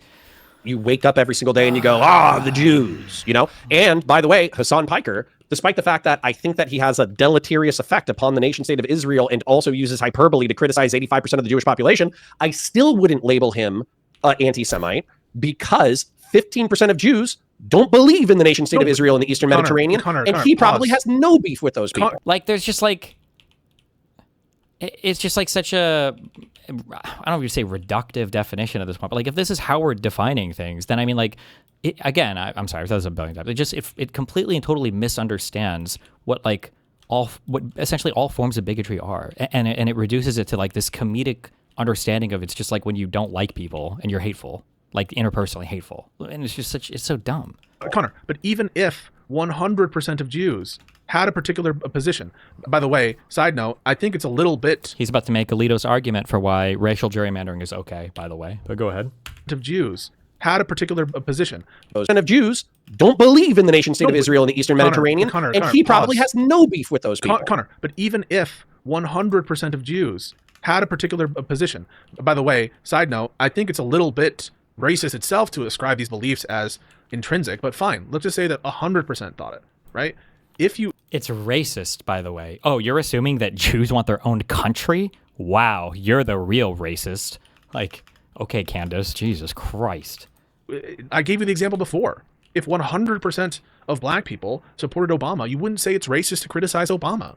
So it can't be just the consequences, and it can't be just the fact that a group of people has a given belief. There needs, and we can't get around it. Right? In order to assess something as true or false, we need to know what the metric is. And everyone tries to get around it by just coming up with hypotheticals and asking my disposition on them, or trying to like, don't you think it's bad for this? Don't you think that they should be giving more caveats, et cetera, et cetera? But like all of that is tangential. There is a fundamental flaw in the conversation at time equals 0, which is I need to know what the hell you're talking about, because it doesn't sound like you're talking about the ordinary usage of the term anti-Semitic or the term racist. And until we do that, I cannot give you a position on whether I think it's one thing or the other. It's just impossible. Right. So, but I don't know where we disagree. So that's where I don't think me re-articulating this is going to further serve the conversation. For anyone who disagrees, like, who could disagree with that? Who could disagree that we need to know what it is we're invoking? People who want to paint any vociferous critics of the nation state of Israel as rabid anti-Semites, and then... Oh, true. Yes. Fuck, how did he discover my sneaky plan? I just wanted to fucking silence all criticism of Israel. You got it, buddy. King, you got me. Also, even if you have beefs with Hassan Piker, which I do... he is a shitty person for 10,000 reasons besides anti-Semitism. But it's basically to affiliate you with Hassan Piker so you can be simultaneously reviled within the online political space. and Kyle Kalinske. To paint them all as anti-Semites is to say these are bad people worthy of your derision. That's the function. Man, they have a really big like response, and I guess to some extent it's intentional with the way that a lot of these far left spaces have kind of like oriented themselves. They have a really big negative response to the anti-Semitic thing. That has to be a thing that you can't even stop to consider impacts this group of people. The obsession with Israel is such a defining characteristic of whatever this political thing is. Jesus. Yeah, I mean, like maybe that's the case, but like when I hear, I assume like people when they're talking, maybe I shouldn't assume this, are like operating in good faith. And so when they ask, I love the way that he talks. I just assume that people are trying to be honest actors, and then I realize that they're all liars. Me a question, I want to answer it, and I know what they mean. And someone says, you use hypotheticals, you're the king of hypotheticals. The problem isn't with the usage of hypotheticals. We love hypotheticals. The question is, what are the hypotheticals meant to illustrate? And people want to get into hypotheticals about whether something is anti-Semitic before they define anti-Semitism. And so in all these conversations, why aren't the people challenging me providing their definitions of anti-Semitism?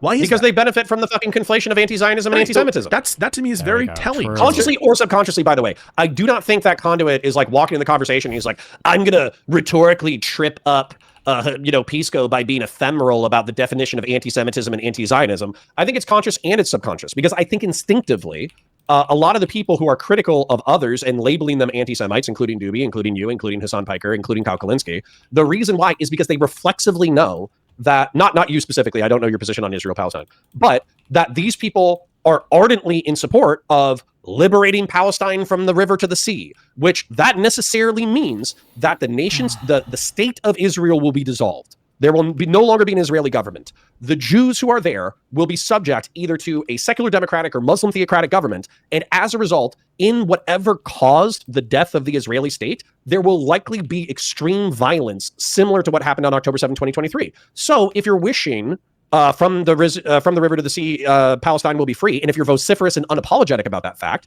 you're effectively vociferous and unapologetic about the death of probably tens of thousands or hundreds of thousands of Jews, which is potentially anti-Semitic, right? You just said potentially, right?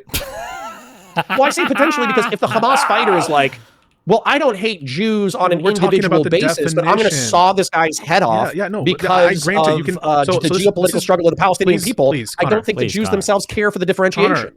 Whether they care for the differentiation is also irrelevant. I want to address what you just said, but I also want to address... Sure, you want to be accurate. Yes. I'm not going to... So I want to address a bunch of stuff. So the first thing is, we cannot discuss whether this person is a chair salesman until we agree on a hardline definition of chair. So I assume that we have shared notions of these words and that they're common usages. And so I go by the common usage of the term. And so with chair, I have a rough understanding of what people are talking about when they refer to chairs. But if there was a divergence or a clear mismatch in how someone was using the term chair, you actually would need to understand what the other person has in a chair to know if they're a chair salesman. That's just like so trivial. It's so funny that you raise this because that's precisely a great example. Like, I assumed in the first conduit conversation that there was a shared notion of anti-Semitism. That's why I was granting that I thought that there some content increases anti-Semitism. I was assuming that he was using a common notion of anti-Semitism, which I think that I'm using. And when it became clear that he wasn't, wait, let me just finish all these. I'm sorry, it's going to take like a minute and a half. If it becomes clear that we don't know what we each are saying when it comes to chair, in order to find out if they're a chair salesman, we actually do need to understand what, well, when you say chair, I'm just like talking about octopuses. Well, then that bears on whether or not someone's a chair salesman if what you mean by chair is octopuses, right? Now, that's a crazy example. It's just to illustrate the point. And secondly, Haruna Matata says, there's established literature on the definition of anti-Semitism. Just fucking read it, you in the college. Bro, I'm not the one raising anti-Semitism, right?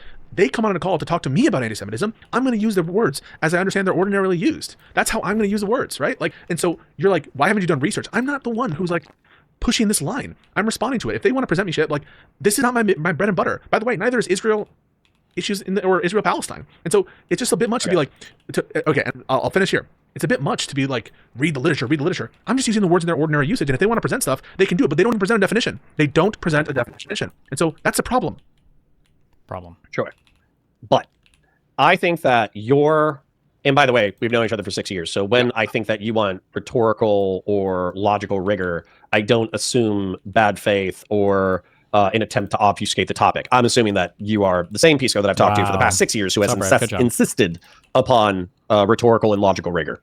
So the point that I'm trying to make, though, is if we're thinking emotionally, not rhetorically or logically, and then there's a Hamas fighter who is sawing off a Jewish child's head, right? He literally has a dull knife and he's sawing off their fucking head. We got it. And an anti-Semite, or excuse me, a Jewish person says, oh, this Hamas fighter is anti-Semitic. they're hurting a Jew. But then the Hamas fighter stops and they say, yo, I'm not an anti-Semite. I don't hate all Jews. I got a friend in Brooklyn who's Jewish, and they don't believe in the Israeli state. They just, I'm sawing this child's head off because they're Zionist. They're a settler baby, like my best friend Hassan Piker on the internet said.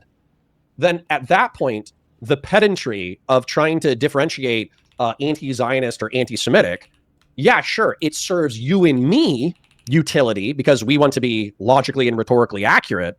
But to the Jewish person, they just go, holy shit, that fucking Hamas fighter is sawing off a child's head. Why the fuck can I call this person an anti-Semite? What do I do with that? What are two possibilities, right? We can either not have that conversation with people for whom the distinction is meaningless and will be offended that we would even disentangle it.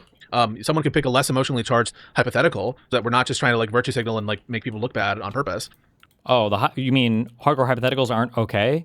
So when somebody says, I don't really know if I would support Francesca Hong. Would you rather have MAGA in every single office in the United States, or would you rather vote for one socialist ever, AOC? Would you rather, this Pisco is the king of the most lacking nuance, the most binary hypotheticals known to mankind, or over at least the past month he has been. Jesus.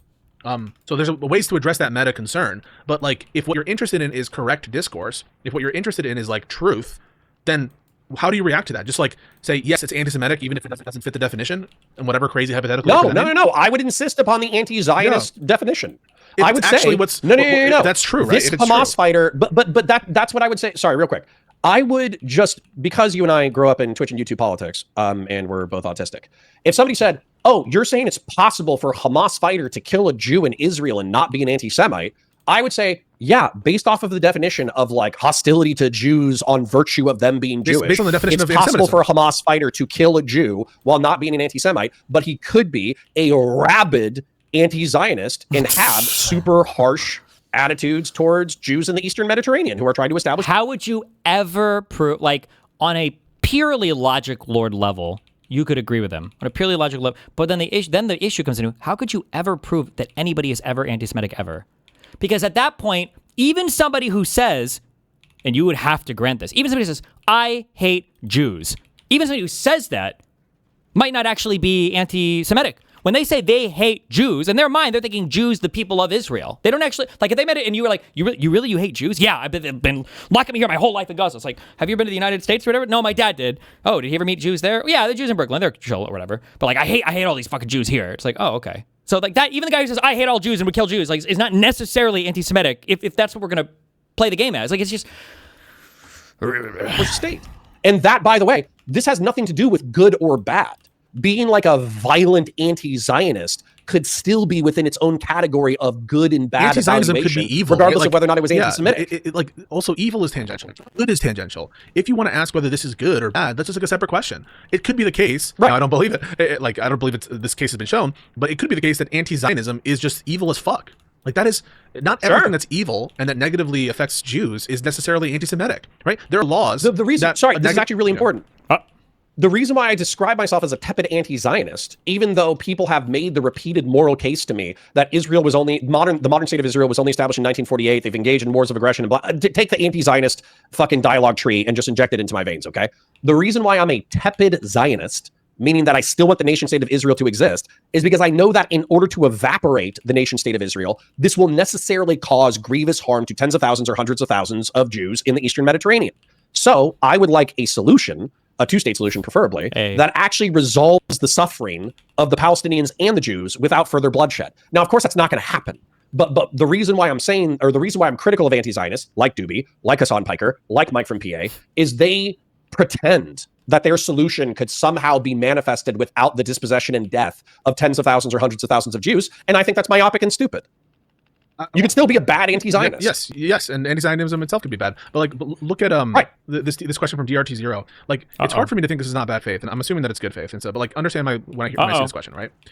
It feels like you just want me to say that anti-Semitism is not necessarily bad to get the clip of me saying that, when you know what I would mean if I said that was just that the definition of anti-Semitism does not contain within it a good or bad indicator, just like racism, right? It's not in the definition of these terms. That's all that means, right? And it feels like what you're trying to do is get me to look at the definition, right? And this is what people will do. Instead of producing a definition, they'll just ask questions like this. And all they're asking for me is to look at a definition and see if it contains the words good or bad in it, right? And find me a common definition of anti-Semitism that includes the, good or bad. The funny thing about this is Pisco earlier, this is one of my huge complaints, by the way. I don't even necessarily disagree with even the substance of the point that Pisco's making here, that sometimes people are just obsessed with trying to find like whether this is a good thing or a bad thing. And I do think that's fucking annoying. But it's a tinge ironic that earlier in this conversation, Pisco said he doesn't know anything about Gaza or Israel-Palestine. I think he said that, right? He doesn't really know much about it. But I'm pretty sure he's adamant that it's a genocide. So it's like, if you don't care about the normative loading of a word, and you don't know anything about the conflict itself, why do you have a strong position on whether or not it's a genocide? Why would you even? Why not just like say exactly what you're saying here now? It's because he does want to borrow from the normative loading of the word genocide, so that he can make that criticism for whatever political groups he's in. And it's just like pick a lane. Inherently in the definition, you'll see things like fair or unfair, right? Unfair bias, but unfairness isn't necessarily good or bad according to different Well, we're getting really goofy with definitions now. To say that unfairness is not necessarily good or bad, I feel like the term unfair presupposes a fairness. Like the term unfair, I think presupposes the word fair, and I think fair is almost definitionally a thing that we're always aiming for. You can use some kind of abstract context to make a thing not that way. For instance, you could say that affirmative action is actually an unfairness, but the only reason we would even be supportive of affirmative action is because we are trying to make what we perceive to be something that's unfair more fair, right? It would be in the service of the concept of fairness. So I don't know what the point of this point is. Common normative philosophies. And so it's not the case that these terms contain within them inherent good, inherent bad, but it sounds like that's what you're trying to do, is to load it, and more specifically, to clip me out of context, right? And so, yes, I think that discrimination based on race is bad. What is the clipping obsession that this guy's been talking about too? I'm the most boring fucking long form person on the internet. What is the clipping out of context? Where did this obsession with this phrase come from? The clipping. Yeah, all of this is Hassan vocabulary, by the way. That's what's actually happening, but it's not the definition of discrimination for it to be bad. Do you understand the difference there? I can take the view that nuclear holocaust is bad, but the definition of nuclear holocaust isn't bad, right? You're just trying to clip. No one has said this. If you're a cockroach, it might be good. It's crazy. You can take a view that. So I'll give you an example, right? The definition of the funny thing is, of all the clip farmers, it is Pisco that clip farms the hardest out of anybody of the Live and Learn crew, right? Pisco is constantly the one of oh, so you're telling me that you might not support Hassan because he's a socialist or whatever? Would you vote for Hassan or Epstein? JD Vance or AOC? Would you vote for Donald Trump? And it's Jesus Christ! I feel Pisco's the one that shoves the clip farming stuff harder than any person I've ever seen on the internet. Holy fuck. What's an evil orc, right? Let's say that all orcs are evil, right? Let's say that all orcs are evil. But the definition of orc isn't evil, right? You could have, and that could be a totally consistent thought process to have. And if someone were to ask you, wait, you don't think orcs are evil? No, that's not what's being said. What's being said is the definition. Doesn't the definition of these things include / imply the outcome? How are they not bad? They do. The content of these words, the semantic content of these words, morally is almost certainly bad. If he wanted to make an argument about something like this, then he would be closer if he was looking at a word, for instance, like discrimination. Now, discrimination is not something that is intrinsically bad. Usually it's seen that way, but it's not always, right? So price discrimination, or when you're discriminating, truly the word discrimination just means to choose between something based on some property. You're discriminating from one thing to the next, or between two different things for some characteristic. Now, racism is, I've never heard in my entire life racism used in a way that's not, that's just normatively it's normally loaded as a bad word. There's no such thing as good racism. It's like saying, is there good rape or good coercion or good fraud or good, we would never use those terms like that. That's just a very weird. Thought daughter or Fuentes' son? Yeah, true. Of orc doesn't contain within it evil. Same thing with, by the way, genocide. Yeah, the term genocide doesn't contain within it good or bad. It's this. I just don't know. I'm sorry. Like, this is, you've logic loaded yourself into such an untenable position. I don't even know. Like, what's an example of a good genocide? If I'm trying to think of one. Yeah, well, I'm sure they can think of one. Just kidding. Just kidding. That was a joke. That was a joke. That was a joke. That was a joke. Other shit within it, right? Like, they're just different. Now, that wouldn't stop you from saying, I believe genocide is bad. And it feels like a clipping behavior for you to... I believe genocide is... You're trying to clip me because I won't agree that genocide is bad? What?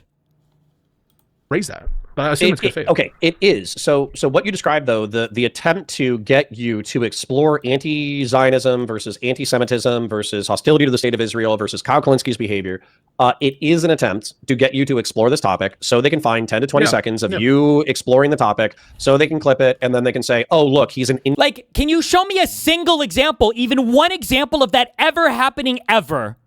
Like, just one from anybody in my community, from me, ever? Like, when has anybody ever done this? I watch all of this shit long form so I can play Factorio. I watch all of these videos. I'm never just, like, sniping clips from these people. It's such a weird accusation to make that has absolutely zero foundation in reality. Interpersonal bigot against Jews. And Kingslayer Damocles even did it in this chat. Kingslayer Damocles, I literally think you're missing what I'm saying, which is kind of funny. So what I'm saying is the hostility, let's not call it a Hamas fighter because Hamas has the explicit charter of not only annihilating the Jewish state, but also like probably it says some negative shit about Jews. So let's just say it's a Palestinian dude who's not affiliated with Hamas, but then he stabs someone to death, but it's purely geopolitical. It has nothing to do with like the religion or the identity of the Jew. It's because of the existence of the nation state of Israel. So for instance, take that same human being, put him in Brooklyn, and he gets along with everybody. He's happy as a clam. He works a small business. He's the most gentle guy you've ever seen in your entire life. But then put that same person in Palestine, and because of the oppression of the IDF or the Israeli state, they become anti-IDF, anti-Israel, and therefore anti-Israeli. Delineating Zionism from Judaism is important in this context. Like, I know I've repeated this a billion times. I'm so sorry. I miss woke one. I actually miss woke one. Where do they think that a lot of bigotry comes from? That like I'm sorry, like there are foundations in fact in all forms of like bigotry and hatred, right? I'm not saying that there is a justification to be bigoted or hateful, but like this is like now I feel like I'm a fucking old school conservative where it's like stereotypes don't come from nowhere. Like people don't have hatred for others out of nowhere, right? Like there are lots of people in the United States that are unfairly, I would argue, Islamophobic, especially when they're talking about people like fucking Mamdani or El Sayed. They're hardcore Islamophobic. I don't know if that same Islamophobia doesn't happen without the 2 Twin Tower attacks. Okay, that was a pretty big thing in the United States. It was a big deal to us. I don't know if did I say anti-Semitism? I meant Islamophobia. I don't know if that level of Islamophobia exists still in the United States without the 9/11 attacks, without the earlier World Trade Center attack. I don't know. Without the ISIS attacks across Europe. I don't know. But does that justify Islamophobia? Or does that somehow make it not Islamophobic or not racist or not like we're logic lording these terms so much that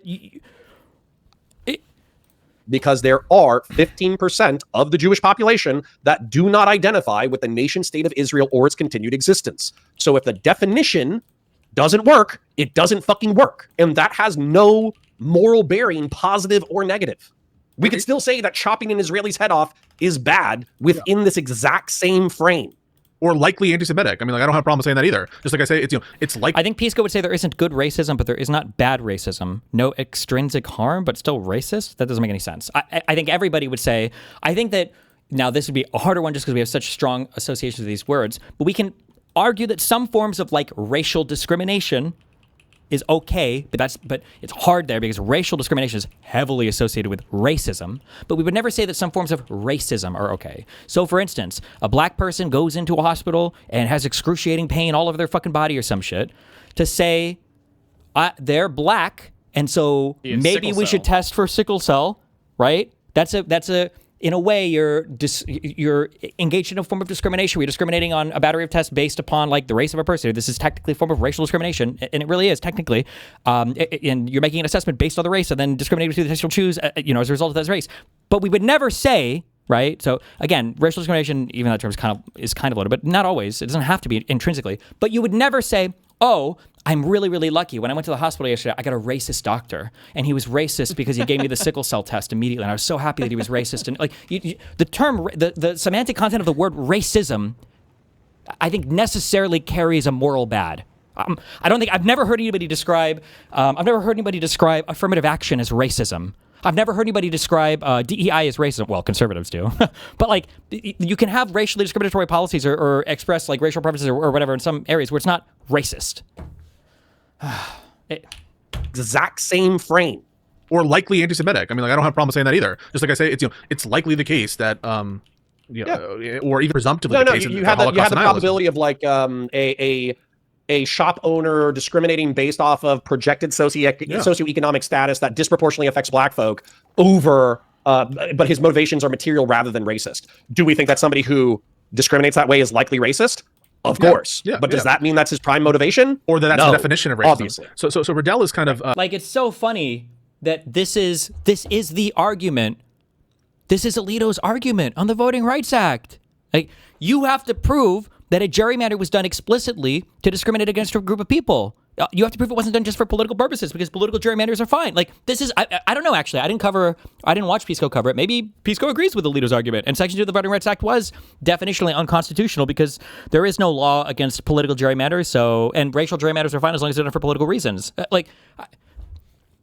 I believe Riddell is good faith. He says, so the semantics of the core components of applied morals in vacuum doesn't make sense to people since they're presuming usage of the rhetoric already within context. But like, then you just need to go to a different stream, right? Like, doesn't make sense to people. So the semantics of the core components of applied morals in a vacuum doesn't make sense to people since they're pre-assuming the usage of the rhetoric already within context. Well, the guy doesn't have to be this. Since they're presuming usage of the rhetoric already within context. But like, then you just need to go to a different stream, right? Like, and if you want to ask these questions and you just want me to virtue signal, oh my god, and give you like, and I love Wick.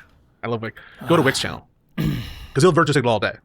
If you just want me to like repeat back like some sentimentality or some shared common notion instead of asking a specific question and getting a specific answer, you got to go somewhere else because I'm not going to. I know that goes back to the sombrero shit. It's like, no, bro, I'm not just going to bend reality to your will because you're moral frogging about it. Yeah. And then someone somewhere misses the point again.